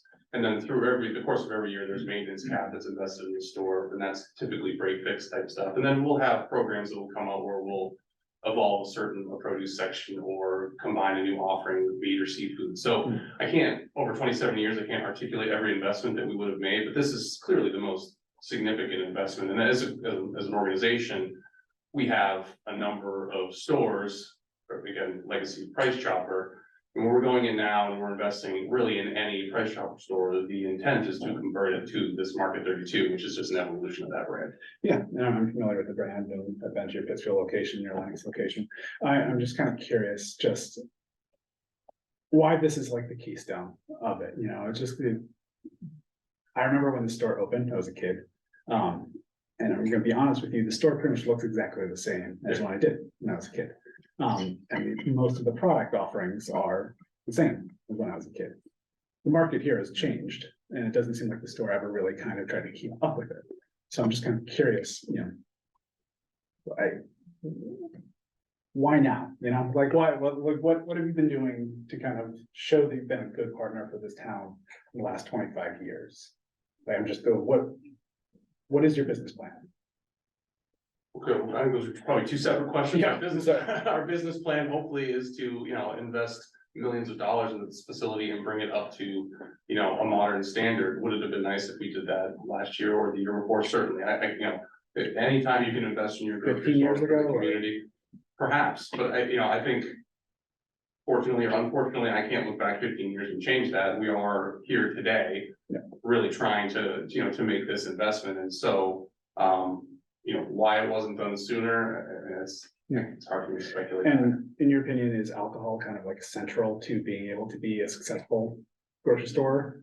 Well, I wouldn't paint with such a broad brush. I think, and that's something I would like to speak to. I think there's claims thrown around that because there's a Market 32 in Pennsylvania that doesn't sell anything around alcohol at all, that is somehow a perfect test case to apply abroad multiple geographies. It's important that there are distinctive laws in states that are different. You can't buy alcohol in grocery stores in Pennsylvania.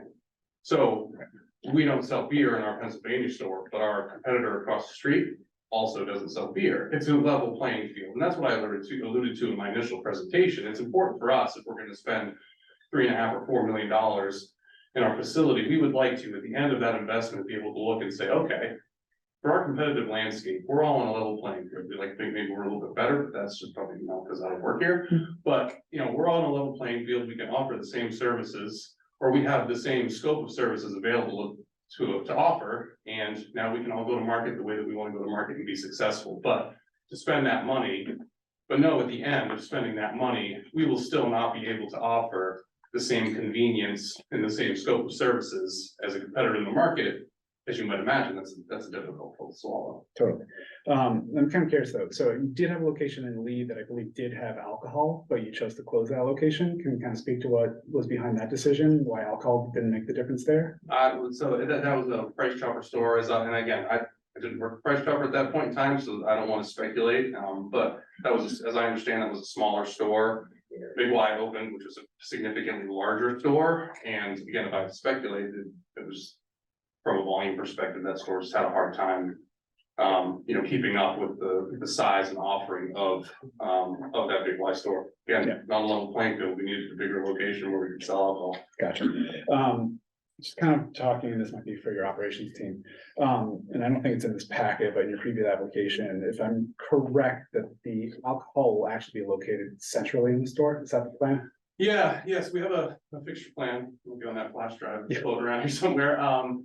So there's always centers, probably not exactly right. If you look at the fixture plan, a little askew to the left, there's a small, less than 2,000 square foot interior aisle area that would sell it. It's not scattered throughout the store. It's very centrally located. Centrally located. So if someone were to do like the loop to go through the coolers and, kind of through the natural foods and produce and everything, they would kind of walk past it as they go past the coolers in the back and potentially when they come up to the registers in the front. Well, it's an interior aisle. So if you're just gonna walk the perimeter of the store, you would walk by the aisle, just like you would walk by the canned goods aisle or the breakfast aisle, but it's an interior aisle. If you walk the perimeter of the store, you're not walking through the section. You need to actually purposefully go down into the section where the alcohol is sold. Yeah, I'm just kind of curious. So like in your Pittsburgh location, alcohol's a little more offset. There. Was there ever any discussion of doing that in the Great Barrington location? Well, I think, I'm not sure from an operational perspective, there's a material difference between offset in the corner or being in its own sort of centrally, located and isolated aisle. I think it's still a pocket of product and merchandising within that area. So from an operational perspective, I'm not sure. Kind of the concerns that have been raised in the past about, anyone with substance abuse issues going to the store and wanting to feel comfortable. I feel like the Pittsfield location does a really nice job where it's offset. So you can go straight to produce and then back through meat and around the coolers without really ever encountering it. But if you do want it, you know where it is, you can kind of go there. And so this one doesn't feel like it is kind of there, right? Well, I think it would be easier certainly if we were all looking at a fixture plan, but again, it's in its own dedicated small portion of an aisle. So if you walk in, you can go through produce, you can go to deli, get something from the butcher, go down natural food aisles. If you don't go down that aisle, you're not going to stumble upon, a pallet drop of beer in the produce section or, wine over in the, you're not gonna just stumble across. You have to deliberately go down in that area where alcohol is sold. And are you planning on having any display coolers, kind of like the way your Lennox location does, like on the meat counter there, at the edge of the alcohol, or like almost like an end cap for the alcohol is going to be in that aisle. That's it. It's not going to be scattered throughout the store. But even just kind of like, in your Lennox location, there's a cooler right off the end of the alcohol aisle, kind of presenting towards, the coolers for the meat section. Oh, I see what you're saying, so like an end cap. Yes, exactly, an end cap. Yeah, quite frankly, I think we've done a far enough job to understand what the remodel would look like and where it would go as far as the specific individual cases and how we would specifically lay it out. I'm not sure we're 100% there yet, but we've been sort of third time trying to get this, so we didn't want to necessarily put the proverbial cart before the horse there. I think I understand your concern. It is not going to be like you're walking into this liquor emporium. It's going to be a very deliberate and specified area where those products will be available to those who wish to buy them. Gotcha. And I know the issue of theft has been raised, and I got the feeling you wanted to address that. So. Yeah, well, so I think it's an important distinction. It was referenced, an article was referenced. I think so. I read that same piece. I believe it was over the weekend. That was an op-ed. It was an opinion article. So there's a difference I think between an op-ed and an article, and no one was more surprised to hear $75,000 in liquor theft than I was. So I immediately called our vice president of loss prevention and asked him, and he looked into it, and that's, that number does not appear to be a fact at all. Okay, sorry, I'm on the same line. So, yeah, and then there was another comment that almost alluded to our young associates, chasing shoplifters across the parking lot or something like that. So, I feel like it's important to be on the record here that, our teammates' safety and our customers' safety is paramount, which is why we take a passive approach to shoplifting. We don't, it's not intervention, which, you see the videos, it can be incredibly frustrating, but quite frankly, we have fabulous teammates that work in grocery stores, and they work in grocery stores. They're not loss prevention experts, nor are they, officers of the law. And so they are instructed in those types of instances that, again, it's passive non-intervention. We contact loss prevention, we contact the authorities, and they're the experts to run with it. So it's not worth having an associate put themselves in harm's way for a $10 bottle of alcohol. So I'm not sure where that concern came from, but that is also not rooted in reality. And just curious, do you utilize any other sort of anti-theft devices like on the product itself? I think this is probably where operations can speak far more eloquently than I can. Be like, Steve, you want? No, at this point in time. You gotta come to the mic, I'm sorry.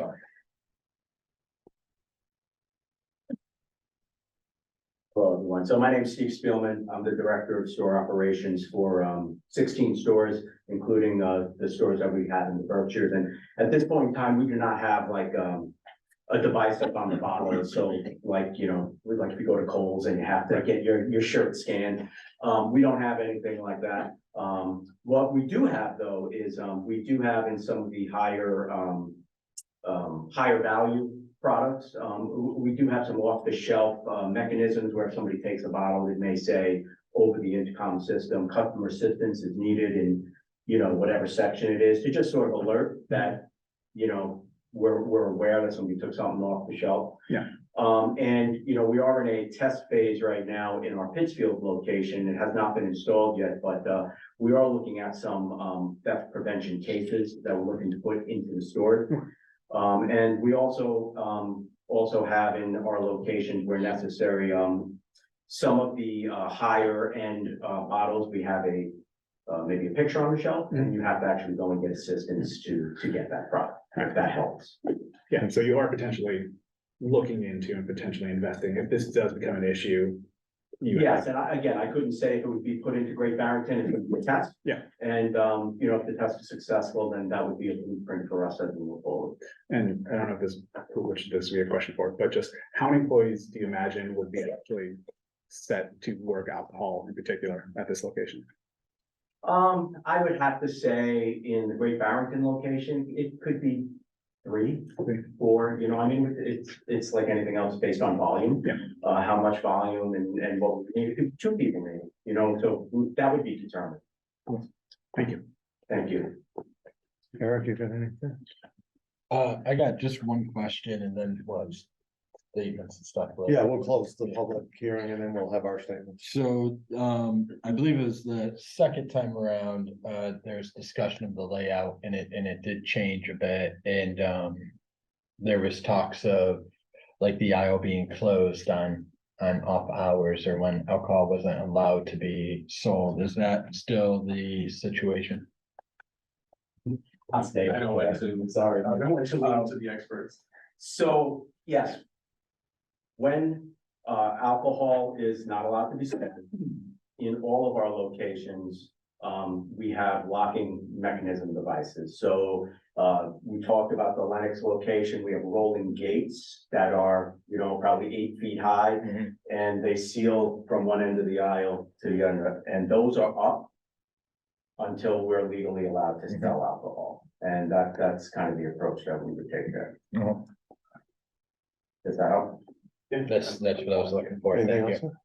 you. We're gonna make statements afterwards. We'll close once we're done with the questions. Lee, you have any questions or comments? No comments. Okay, so we're gonna now close the public hearing. So motion to close the public hearing. So moved. Second. Roll call vote. Ben? Aye. Eric? Aye. Lee? Aye. And I. So now select board discussion, Lee? Thank you. As many of you know, much has been written about the last hearing where I abstained from voting.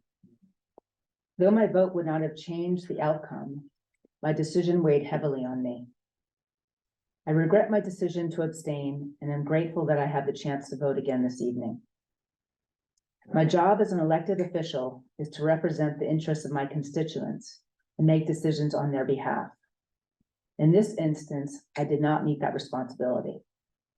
There is no excuse for my abstaining, and I'm deeply sorry.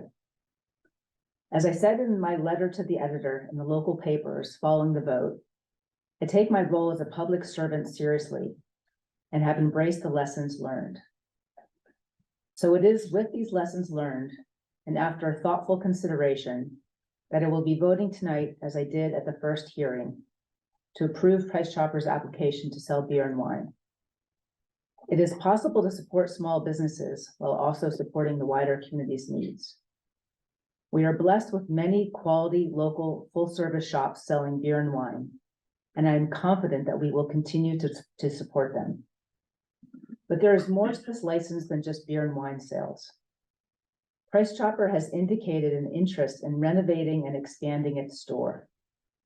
The north side of Great Barrington deserves to have a first-rate market, and I'm sure the residents of Housatonic would be happy to avoid driving across town to shop. There are other good reasons to support this application, thus my decision. I invite my fellow board members to join me in granting this license and recommend that conditions be included that limit alcohol to clearly designated aisles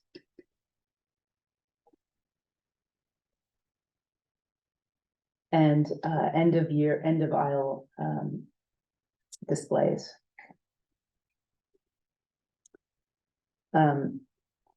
I support small businesses, and I will continue to do so.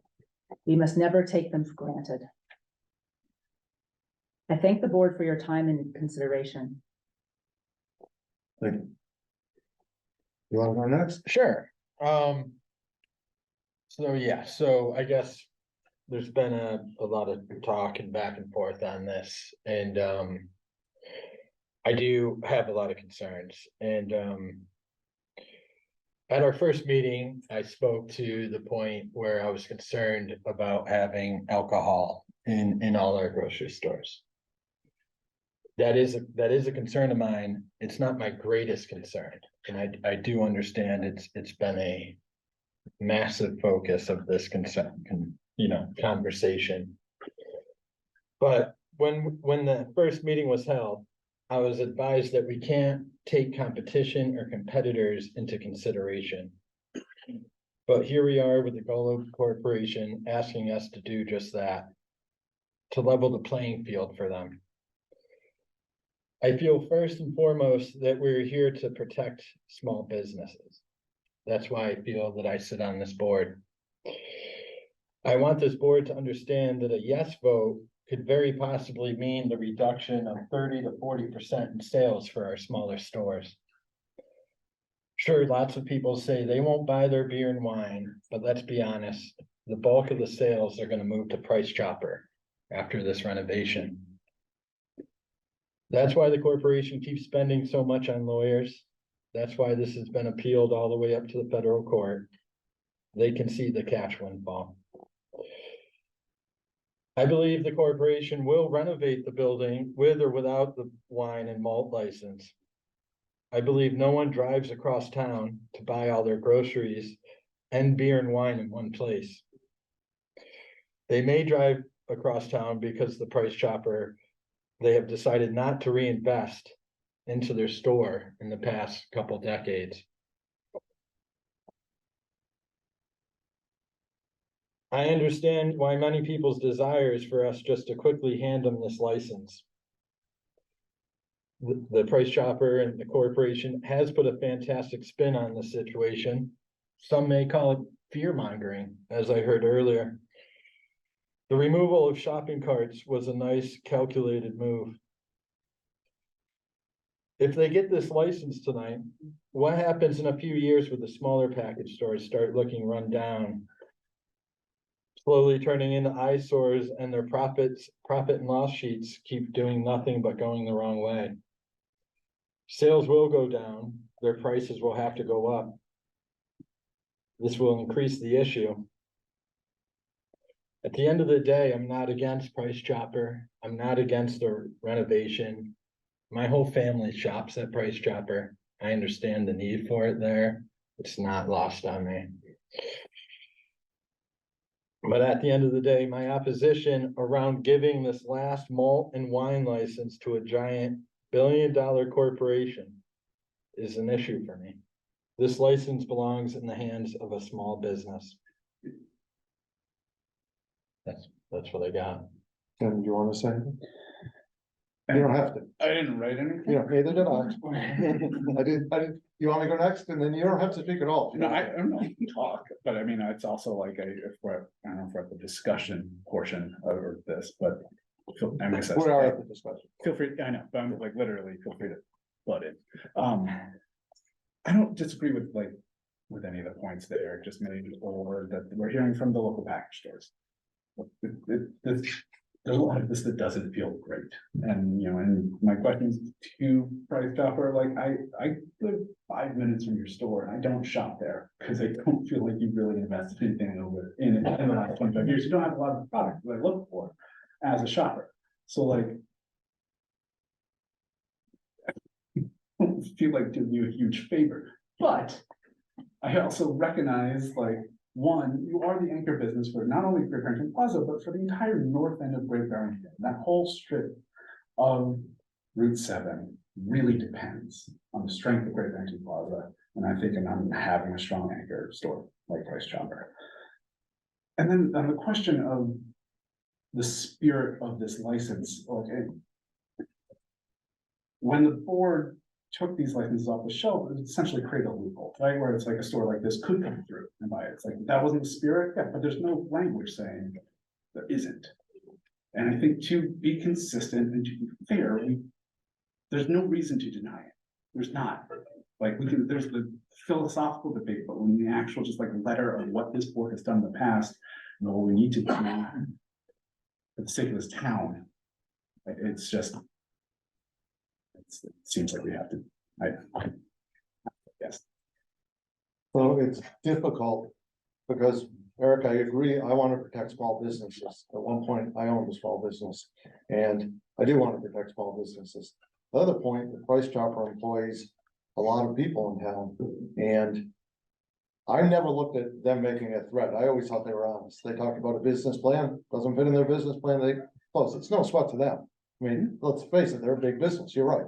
They close, they close. It is a huge problem for, one, their employees, because now we have a lot of people who are unemployed. It's also a problem for the north end of Great Barrington. That includes Housatonic and probably all the way up to Stockbridge, but I'm more worried about Housatonic and Great Barrington. And I live in the north end.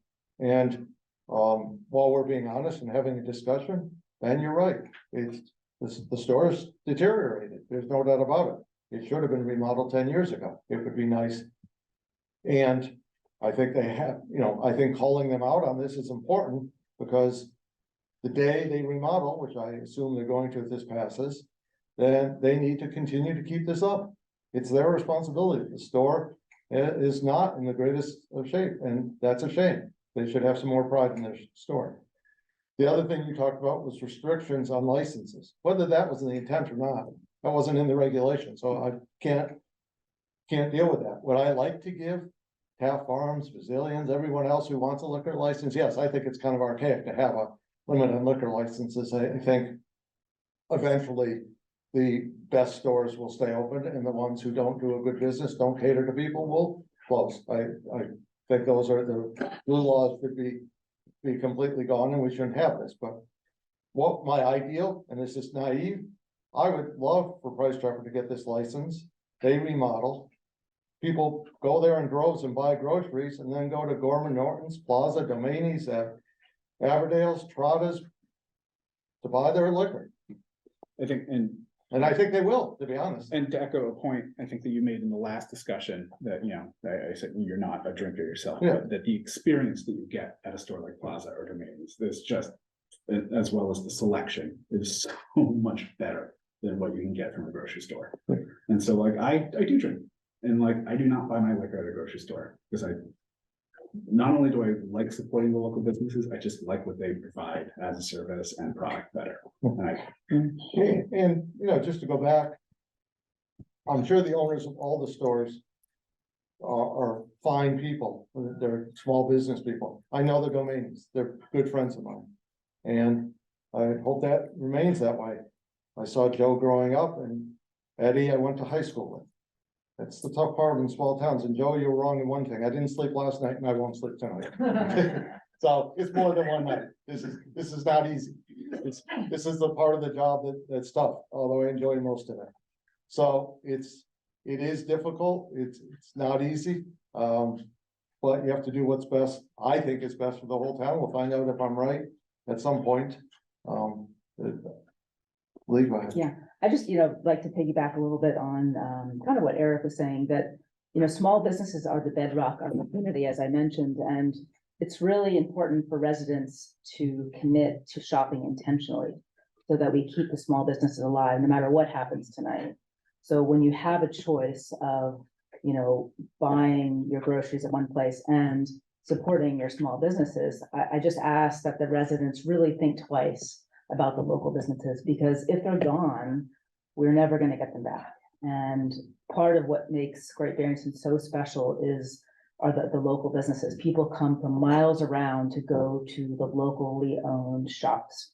And it's really incumbent for us to shop intentionally and ensure that they survive. So whatever happens tonight, I just hope that, whether Price Chopper gets a beer and wine license or not, we need to commit to supporting locally owned businesses. So that is my really big wish. So Lee, when you make the motion tonight, we talked about this. Yeah. At one of the other ones, and I don't remember who it was both. Yeah. I think that at least the restriction to keep it all in one aisle, it was a mistake we made at another store. Yeah. Which, Ed Abrams would tell us that, you walk in the store and there's orange juice and vodka sitting, or whatever it is, because I don't drink, but it's sitting right there as you walk in. It's not in the liquor aisle. And I think we shouldn't make that mistake twice. Yeah. So I think that would be the only addition I would ask in order for me to vote yes on it. Okay, so. They're gonna do it anyways, they said, but that'll maintain them doing it.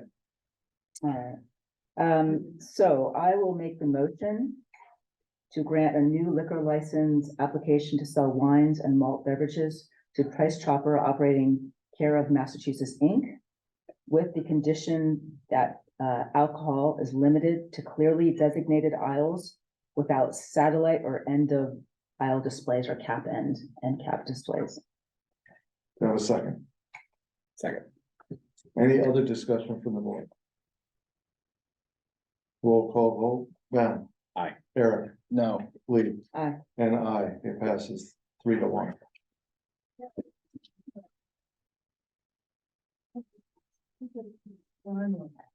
Please come to help. I just had it on my. but I- Oh, yeah. Okay, go ahead, we're gonna take a break.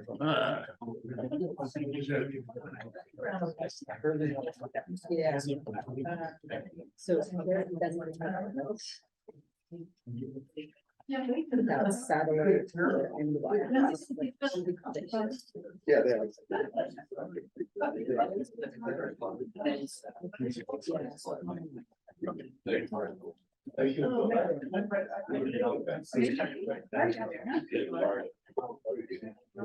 Did you run out and get some food for us? I'm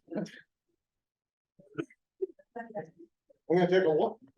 Our meeting is still going on, so take in the hallway, close the door, do whatever you want to do, that's great. We still have a meeting. Yes, and we have Yes, Monday okay. night football. You did. Jaguars. Oh,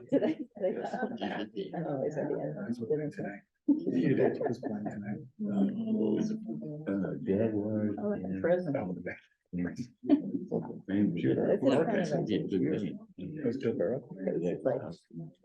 you're frozen. Yes. Okay, let's close the doors when Eric comes back.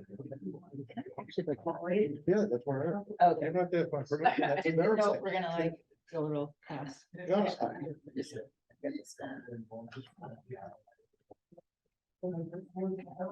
you the second 3 months again.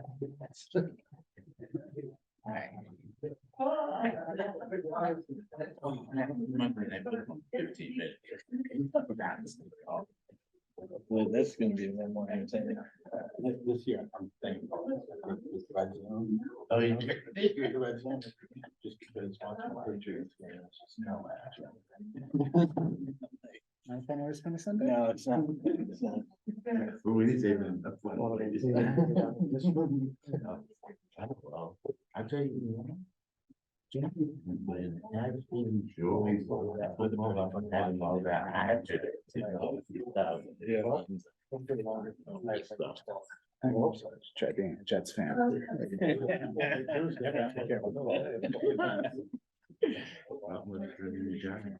I thought the Jets were pretty good. Yeah. It had solid 6 minutes in the first game.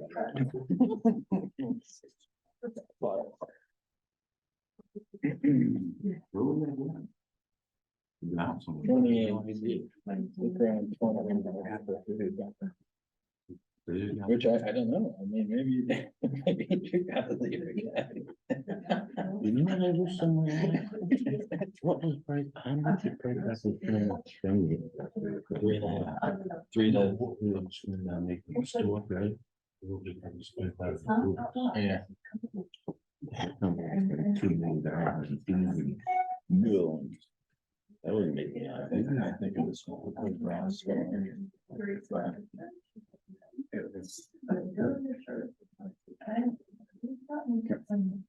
whole Everswan. They were playing. Of course, I Okay, so let's get started again. We still put an agenda ahead of us. 28 Railroad Street, transfer of liquor license application, wines and malt beverages, MOD Inc., DBA Beer Bottle Shop and Provisions. Motion to open the public hearing. So moved. Second. Roll call vote, Ben. Aye. Garfield. Aye. Eric. Aye. Lee. Aye. And I. Presentation, go right ahead. Yes, good evening to the select board. My name is Mary Dare. I'm here with my husband Ben tonight, our children who are sitting in the basement. We are the Dare family. We opened our shop in Lenox 2 years ago, November of 2021. We poured a good chunk of our life savings into opening our shop. We built it from the ground up, and we created what we like to think of as a very vibrant, community-based, small specialty food store, as well as boutique wines and craft beers. We talk a lot about the experience in shopping, and it's something that we really strive to do really well from day one. We are owned and operated by myself and my husband Ben. We have a small team of 2 part-time employees, and we are really excited at the opportunity to expand our brand and our small family company with a second location at 28 Railroad Street. Thank you. Raphael, you recusing yourself on this one too? I'm sending you back to the hall. This is for a liquor? Yeah. Yeah, it's another transfer. We'll hang out soon. You gotta find a new profession. Yeah, really. Okay. Public comment to speak in favor or opposition? Go right ahead.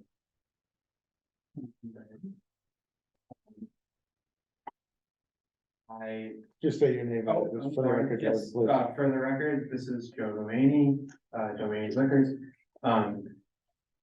Small biz, all that stuff.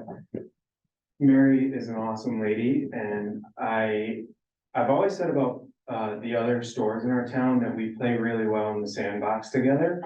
And I wholeheartedly think that she's the type of person that will continue that sort of aspect in our town. This has nothing to do with the Price Chop Hurt. None of these words do. I would say this tomorrow, I'd say it 10 days ago, I'd say it 2 years from now. They're really great people, and I think that if anybody can make a quirky location like that work, Mary is the the absolute ticket, and then we do not have yet another downtown location that is absolutely, bare. That's it, and thank you for hopefully voting in favor. Anyone else?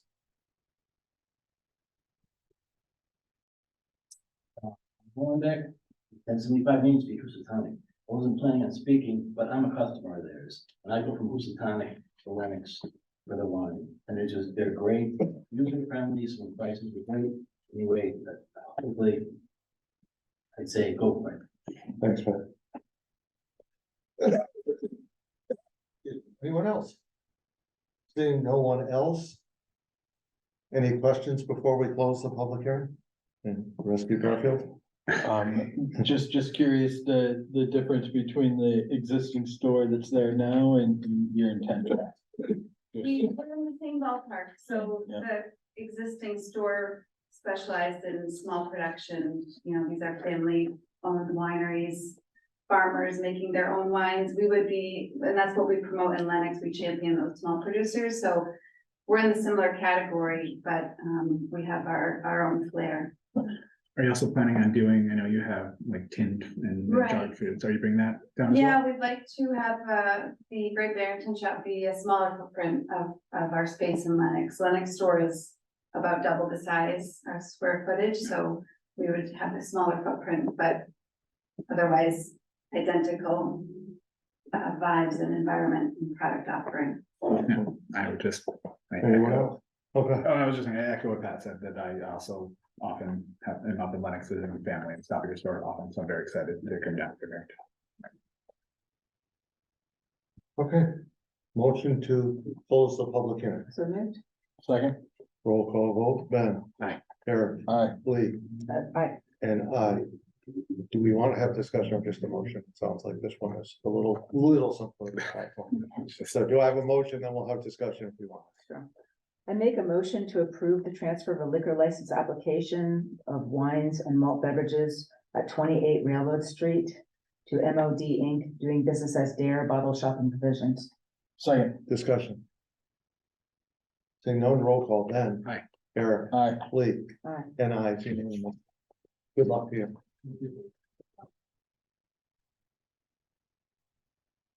New business. The future of CTSB. Well, yeah, I'll give my comments here quickly. I will be super brief, don't take up much of your time. Thank you very much. Thank you.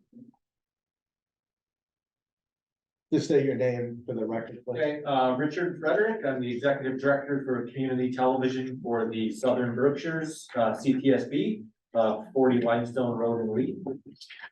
And I'm here tonight because I just wanted to share some information about community television and the future of it. I wanted to get out ahead of the mainstream media. I think once the stuff in the mainstream media, it's going to be too late. What I want to talk about is declining cable subscriptions and pending legislation. Before I get into it, I just quickly want to mention the importance of CTSB before I begin. CTSB serves Lee, Lennox, Stockbridge, Great Barrington, and Sheffield. Our three cable TV channels, 1301, 1302, and 1303, are funded by roughly 6,500 cable subscribers who reside in the 5 towns. I think a lot of people don't understand how we're funded. We're funded through, we get 5% of people's cable subscriptions. This goes back to the Cable Act of 1984, which is really way out of date. So as subscriptions come down, we lose funding. So CTSB records and broadcasts town and school board meetings, community events, sports, parades, fall festival of Shakespeare, Berkshire Hills Regional School District.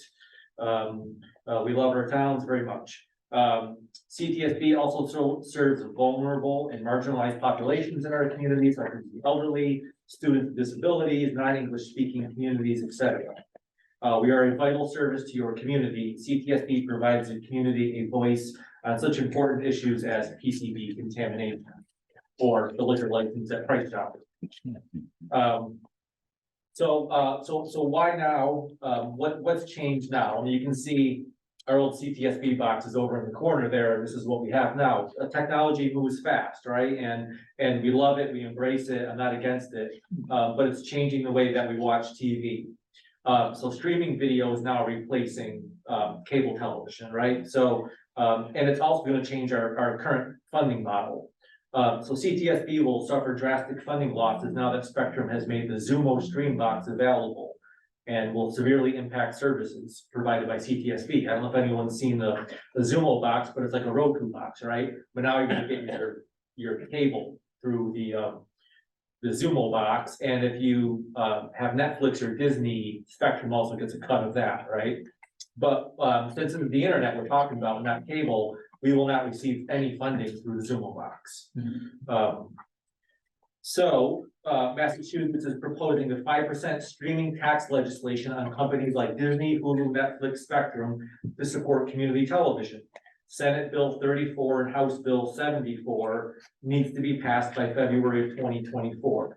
This act is called an act to modernize funding for community media programming. Now, this legislation saw testimony last June. It's on our website if you're interested in seeing 3 hours of testimony. And the testimony was given by people like myself. Massachusetts has 230 community television stations, more than anywhere in the world. We have the most to lose because we have the most. So during this testimony, one of the most powerful statements, and alarming statements by the people that represent us. The people that represent community television on public policy is the AMC, which is the ACM, which is the Alliance for Community Media. And during that testimony on Beacon Hill, Mike Wassenaar, the president of the Alliance for Community Media, said, quote, "If this bill is not signed into law, we will be back in 2 years to discuss closures and layoffs." And that's coming from the people that represent us nationally. So why am I here tonight and what am I asking for? I'm asking for, I brought a bunch of letters with me, addressed to William Smitty Pignatelli, some to Richard Neal's office. I also have copies that I can hand out to people for Tricia Farley Bouvier and Governor Maura Healey. So what I'm asking is that the town and the town residents of Great Barrington, if they're interested, signing a letter to send to your local representative or your governor, and show your support for Bill S34 and S74, which needs to be passed in February. If you need a letter, I hope that Mark maybe can keep a pile on hand here at town, or post a copy to your website, or you can reach out to me at CTSB. We're at 40 Limestone Road in Lee. The phone number is 243-8211. If you would like a copy, I can email it to anyone, and you can send in a letter to either Governor Maura Healey, Senator Paul Mark, Representative William Smitty Pignatelli, or Representative Tricia Farley Bouvier. And CTSB will continue to keep the select boards updated on this important legislation. And I also want to mention that the municipalities stand to benefit from this legislation as well, because once the taxes are collected, 2/5 would go to the community access stations around the state, and 2/5 would go to municipalities, and 1/5 would go to the state fund. So I think the municipalities tend to benefit from this as well. And a similar bill to this failed last year, and we're hoping that this passes this year. And I don't know if any of you are aware, but the Cable Advisory Commission and myself have been meeting with Spectrum Management since last March, renegotiate a new tender contract. And I can't speak about the contract in specifics, but you're certainly not getting a community TV station for the next 10 years. We're only going to be here for as long as the current subscribers are subscribing to cable. So just want you to be aware of that when you'll probably be seeing our contract come across your desk pretty soon for signing. So I'll keep you updated on this legislation. I just wanted to get out ahead of this now before, 2 years, right now our funding is pretty strong, pretty solid. But I think in the next year or two, as this Zumo box comes about, we're gonna start seeing, funding losses, and we're only a staff of 4. If we lose one person, we're in huge trouble, big trouble. I'm on a little tour right now, visiting all the 5 towns that we serve, and, yeah, I'll leave a pile of these letters here with you tonight, and if you have any questions for me, I'd be happy to answer.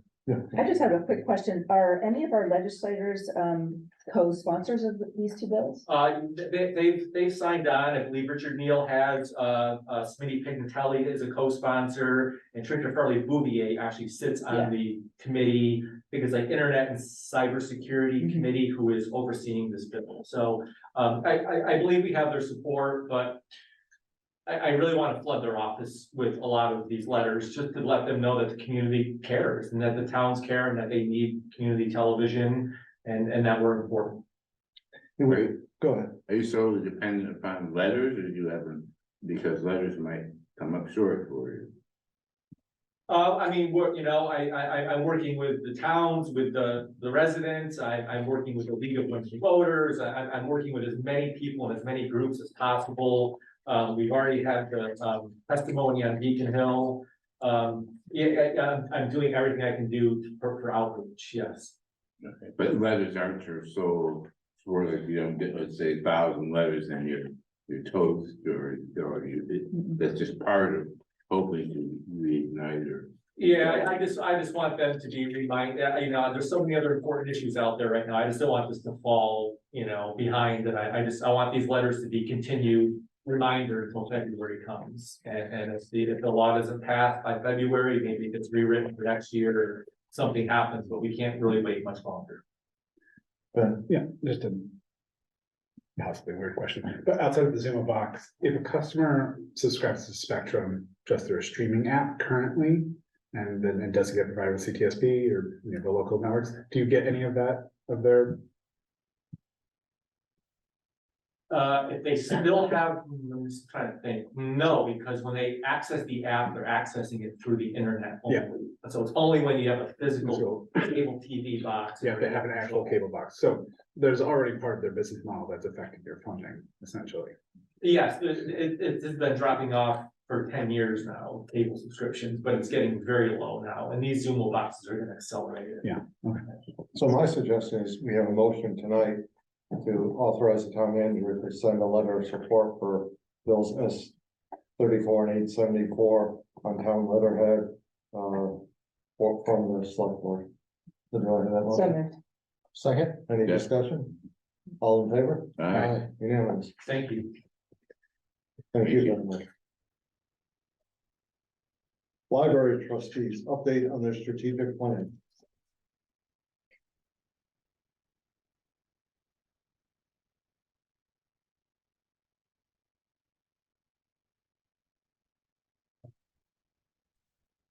What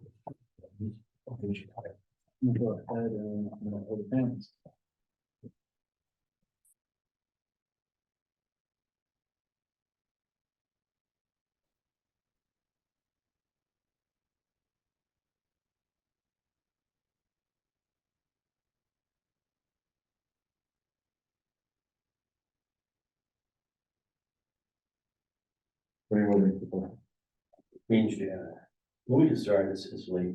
Good evening, everybody. Pat Hollenbeck, 1075 Main Street, Housatonic, and Chair of the Library Board of Trustees. Thank you for giving us this opportunity to present our library strategic plan for 2024 through 2029. The trustees have embraced the present crossroads as an opportunity to reflect, reimagine, and reconnect our libraries into the future. This 48-page document was a trustee epic feat of collaboration, made possible by guidance from Donna Brown, our interim director, and input from the community at large, approximately 300 people. Special thanks to my colleagues and the library. We've crafted a flexible planning document for the future. Library strategic plans are developed under strict regulations by the state, and I'm happy to report the state library commissioners accepted ours in October. One question asked, we had a survey, one question asked in the survey was, Which services would you like to see the library create or enhance? The majority responded the need for community gathering space. The answer is unsurprising, perhaps, as a result of the pandemic, there's a need to forge live in-person connections. There's also been a societal shift with libraries being more than just books. Okay. She's been promoted as a panelist, so she can share her screen if she. Okay. Our goals are broken down to 7 points. And then the document included a timeline and an action plan. Let me just touch, without the screen, let me just touch on just one of the goals out of the 7. Goal number 2, reinvigorate, reimagine, and renovate our library facilities as safe, ADA accessible gathering spaces for the library staff and the entire community with a 30-year horizon. The library trustees or commissioners in Boston, it used to be 20 years. You had any renovation or whatever you were going to do with state money, had to be good for 20 years. Now it's gone up to 30 years. And some libraries are talking about 50 years. So they're trying to, it's like fortune telling, what can you do? But that's the way this goes. The strategic plan is an important cornerstone and a requirement in seeking state library grants. Recently, we submitted an action plan for fiscal year 25 to the state, and that was accepted as well. In addition, we've applied for CPA grants, and we've been moved into the final round in that process. To apply for state library renovation funds for Ramsdale, a grant with significant capital, the state requires that the town commit $150,000. And that is our ask of the CPC. Our request does not place an additional burden on the taxpayers. The funds are in place for the $150,000. Ramsdale's time is now. The state was generous, putting significant stimulus money into this program. We all know it's cheaper to do projects now rather than putting it off for a number of years at a much higher cost. If we are successful, the state will add an additional $100,000 for the design and planning stage. So making that $150,000 actually worth $250,000. The CPA chair asked us where the select board stands on this. We can vouch for that. The chair of the historic commission, historic committee asked the same question. Tonight, on their behalf, I put that question to you, our town leadership. Well, before you do that, you put nothing in our packet, so we're not voting on this tonight. We didn't know that you wanted to vote. No, I didn't think. And you didn't give us, I still don't have a copy of the strategic plan. You managed to hand it out to everyone else but me. Ruby said she gave it to you. I was waiting for this copy. You handed it to everyone else. Here, I'll autograph it. I did read it. Well, but this was not posted as a vote, No. because we were looking for something to be put on in the packet tonight, and that's how we operate by doing our homework ahead of time. I didn't think you would vote tonight, because I wanted you to have enough time to digest it and ask questions, so, yeah, that wasn't my intent tonight. Okay, I thought you needed it before the CPC met again. Well, I think we're up next week. Right, But, that's why I asked. But anyway, so in addition, on behalf of the library board trustees, we would like to request a joint select board library trustee meeting. We held for the first time ever in the Ramsdale Library as soon as possible. But we can't hold it in the Ramsdale library, can we? Yes. We don't have, you have internet access there? Yeah. Okay, as long as we have internet. You'll love it. Yeah, I've been there. yeah, no, we have the internet and well, we can do it. Yeah, it's handicap accessible now, so we can do it on the Yeah. first floor. And just a reminder on handicap, on the ADA accessibility issues, we also need an exit ramp too. You know, they permit us, we can use the building as it is, but essentially at some point there needs to be an ADA exit ramp too, separate ramp. I don't know that that's true. Well, you gotta get out. Why can't you go out the entrance? And if something happens there, you need to be out. But anyway, that's the code. But so anyway, Expect no less for you to bring up something like that tonight. Go ahead, board. Anyone? I don't know anything to say. I look forward to being able to digest the plan, as you said. Thanks. Yeah, it's 48 pages long, so to ask you to vote on something you hadn't even had a chance to go through would be fair. One question about input. You did surveys, which I was aware of. How many public meetings did you have on this? There were several small focus groups. No, I'm talking about, where the public was involved. Yeah, several. Okay, good. And tons of actually one-on-ones, because people wanted to talk about it, and that's what we did. So, but going forward, the MBLC, which is the library commissioners, they require for this grant, we have to have significant public forums coming in the spring. So for that, there will probably be at least 3 or 4. Excellent. So we're just in this, building phase. And that's it. I think, and to the public out there, trustees ask for your support in, protecting this national treasure for future generations to come. Please. So Patrick, just to clarify, the grant is $100,000? That's what all this is for? There's several phases. Okay. Right? This phase that we're asking the CPC for is what the state requires the town to invest in. Yeah, I know we need to put 150 in, but what are we trying to get out of that 150? 150 is to get us, it's the admission to get into the. And what's the grant? What's the goal? So What's then the price? that would happen in October. If we get in, then the state would match that part of the grant, and that's the planning and design phase. So this is in phases, this whole plan. So that would be the planning design phase, and they say that should take care of that cost at that point. It's generally $3 million. Well, you can talk in a second. So what we're assuming is this project is gonna cost about $5 million. If the town didn't do it in 2009, 2010, when it was like 1.9 million. So it's not gonna be less than 5 million at this point. And the government, the state will put in 300,000, 60% in the first 5 million. Then they have another fraction of something to pay after that. So that's what we're looking at. And it's still a long process. It wouldn't be done until 2027, going into 2028. So that's how long a stretch these are, or what has to happen. So When you said that, just so I understand, you said wouldn't be done, you mean the project would be done or the first shovel would go in the ground? first shovel will probably go into the ground at some point in 2007, 2027. 27. And they say 12 to 16 months is what they say it takes to. And the 50,000 that you got at the special town meeting from the CPC, where is that money going? That's gotta go for more studies that have to be done. Have they started those studies? Well, we started them before. We started them in 2019. And unfortunately, the pandemic happened and then the building commissioner said, now you've got to change your design because of the pandemic. You've got to think about every aspect of, all of that stuff. So we've got a plan that they would accept part of it anyway.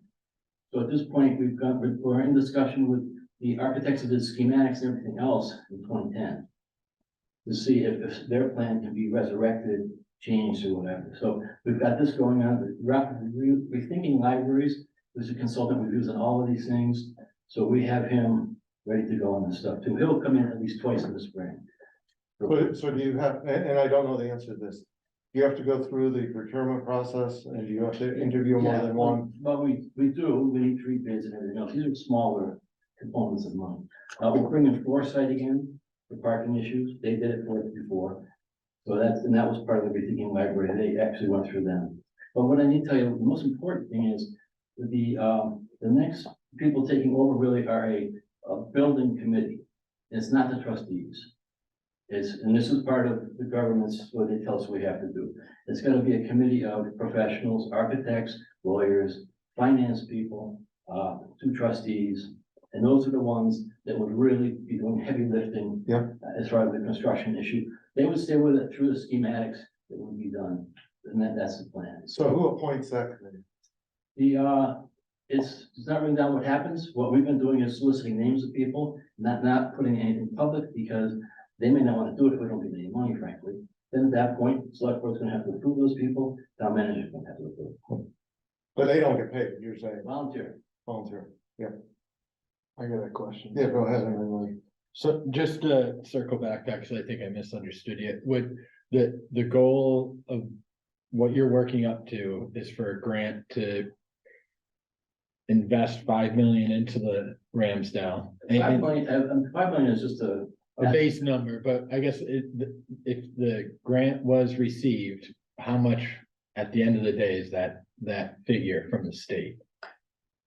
So 60% of the first 5 million. Okay, 60% of the 60%, so that's, yeah, and then beyond that, it still goes, it won't be 60% after 5 million, it keeps going down. A little bit, It yeah. starts to shrink, but they start putting money in, but we wanna do fundraise. We looked at when Mason was done. The grant was approved by the same exact plan. 2001 is when we applied, building opened 2007. So even back then, it was quite a bit of time. They raised about $700,000 back then. And so we're figuring with, if you look at 2.3% inflation, since that time, it's over $1 million that was raised from private sources. So that's, I'm assuming we would get that, maybe more. Everything's changed real estate wise here, you know. Then just as you proceed each step, when's the next major? When do you get your next indication from the state to keep going? Well, what happens is if there's a lot of ifs here, if we get 150,000 and we can apply at the end of May, and the state actually comes and looks at everything anyway, makes a decision by September, then in October, they award the planning and design phase, which is the next phase. That goes about a year, and then it's the construction phase. Thank you, Patrick. What I was hoping to see is kind of like a budget or performer or something that kind of lays down all this is wonderful document in terms of the narrative. But I'm just looking for numbers. The numbers are gonna come from that next committee. They'll be financed and they'll work things out. Everybody's just giving me ballpark Well, figures. just even a projection of, if you were to get, where's the $50,000? If you have $50,000 off the balance sheet, then let's say you get 150 from the town. Then you get, just leading up to this golden number of 5 million or whatever. Yeah. I just don't have a sense of the timeline and the budget and how all these pieces are working together. And if you were not to get to the 150 from the town, what happens to that 150,000? Let's two things. Let's say you got the 150,000, but you didn't get the grant. Yeah. So do we just say, No, oh, what we asked the CPC was, we asked it that it just goes into reserve. There's other CPC grants where that's happened. To see if we can do this another way. Stockbridge did it without that grant. Without the state grant. So I just, I'm just really looking for some sense of timeline and budget and different projections, if you get the money, if you don't get the money, how it works in the whole scheme of in terms of. Right now, we're just focused on getting to May, so May, we need the 50,000 consultants. The other thing, they require to do a feasibility study with different sites. They won't just accept the Ramsdale site as is. They want to know if that building has something catastrophic happening, would you still want to put a library there? So then we have to find a couple different sites, and that's the regulation. So we have to do that, we have to pay a little bit for that for real estate consultants, but the 50 will be gone really quickly. That's not a problem. I mean, it's the consultants that it's already, we're gonna have a struggle just getting it to 50 down. We're trying to get the numbers down, we'll get estimates. The 150 is a number that's a statutory thing baked into that law. Town has to come up with 150,000. It doesn't have to go on the taxpayers' backs as far as a regular budget, CPC money, it's actually a perfect vehicle for it. Those are the only two chunks of money now happen. So 150,000, if we don't get it, it either returns back to the CPC or can go to escrow to see if we can keep going. If that money's there as an investment in the town, then we can get some more private funding and see what happens. Then beyond that, then the big numbers come out as far as the bill itself, but they're so hard to predict. You look at contingency funds now, you've seen things up to 10%. You're seeing some people say, well, just tell them it's gonna be 1,000 square foot for any new place you have to shoot. So you mentioned private funding. Yeah. Are you doing Private fundraising? fundraising. Have you done that? We can't. We need these. Nobody's gonna, would you give money if the town will put up 150,000? We're waiting for these things to start happening. And then that's what the fundraising experts have told us. We need seed money there to go from. Are we paying someone to raise money or are we doing it ourselves? You know me, yes. Personally? Yeah. Well, then shake your hand and congratulations. Yeah. No, seriously, that's a big part of the stuff. All the libraries go through these grants are doing the same thing. So we're just following the footsteps with what they did for Mason. They needed that private funding. So it's exactly the same, it's honestly the same, it's Back to the Future, the same. Same program Mason had, same issues Mason had, it's all the same, just more expensive. Everything's more expensive. Anyone else? Thank you, Becky. Thank you very much for that. Thanks, Becky. Thank you. Thank you. Conveyance of interest in land along Old Route 7 path, tax parcel 2627A. Mark? Sure. There's no Chris is on anymore, but I can get him on the line if you have any specific questions. But in your packet, this evening is a release to the conveyance of a small strip of land along the Route 7 CHP walking path. This was approved at our May annual town meeting. It was Article 37. And a copy of the map was also included in the packet for this evening. So we're looking for a vote of the board tonight to just finalize this transaction. Any questions? Do I have a motion? I move that the select board sign a deed for the town's interest in property lying within the layout of Old School Route 7 to Chelsea 43-4B LLC pursuant to and in accordance with the vote under Article 37 of the 2023 annual town meeting. And that the select board confirm that the property is no longer needed for municipal purposes. Second. Discussion. All in favor? Aye. Unanimous. Citizen speak time. Yeah, of course, come right up.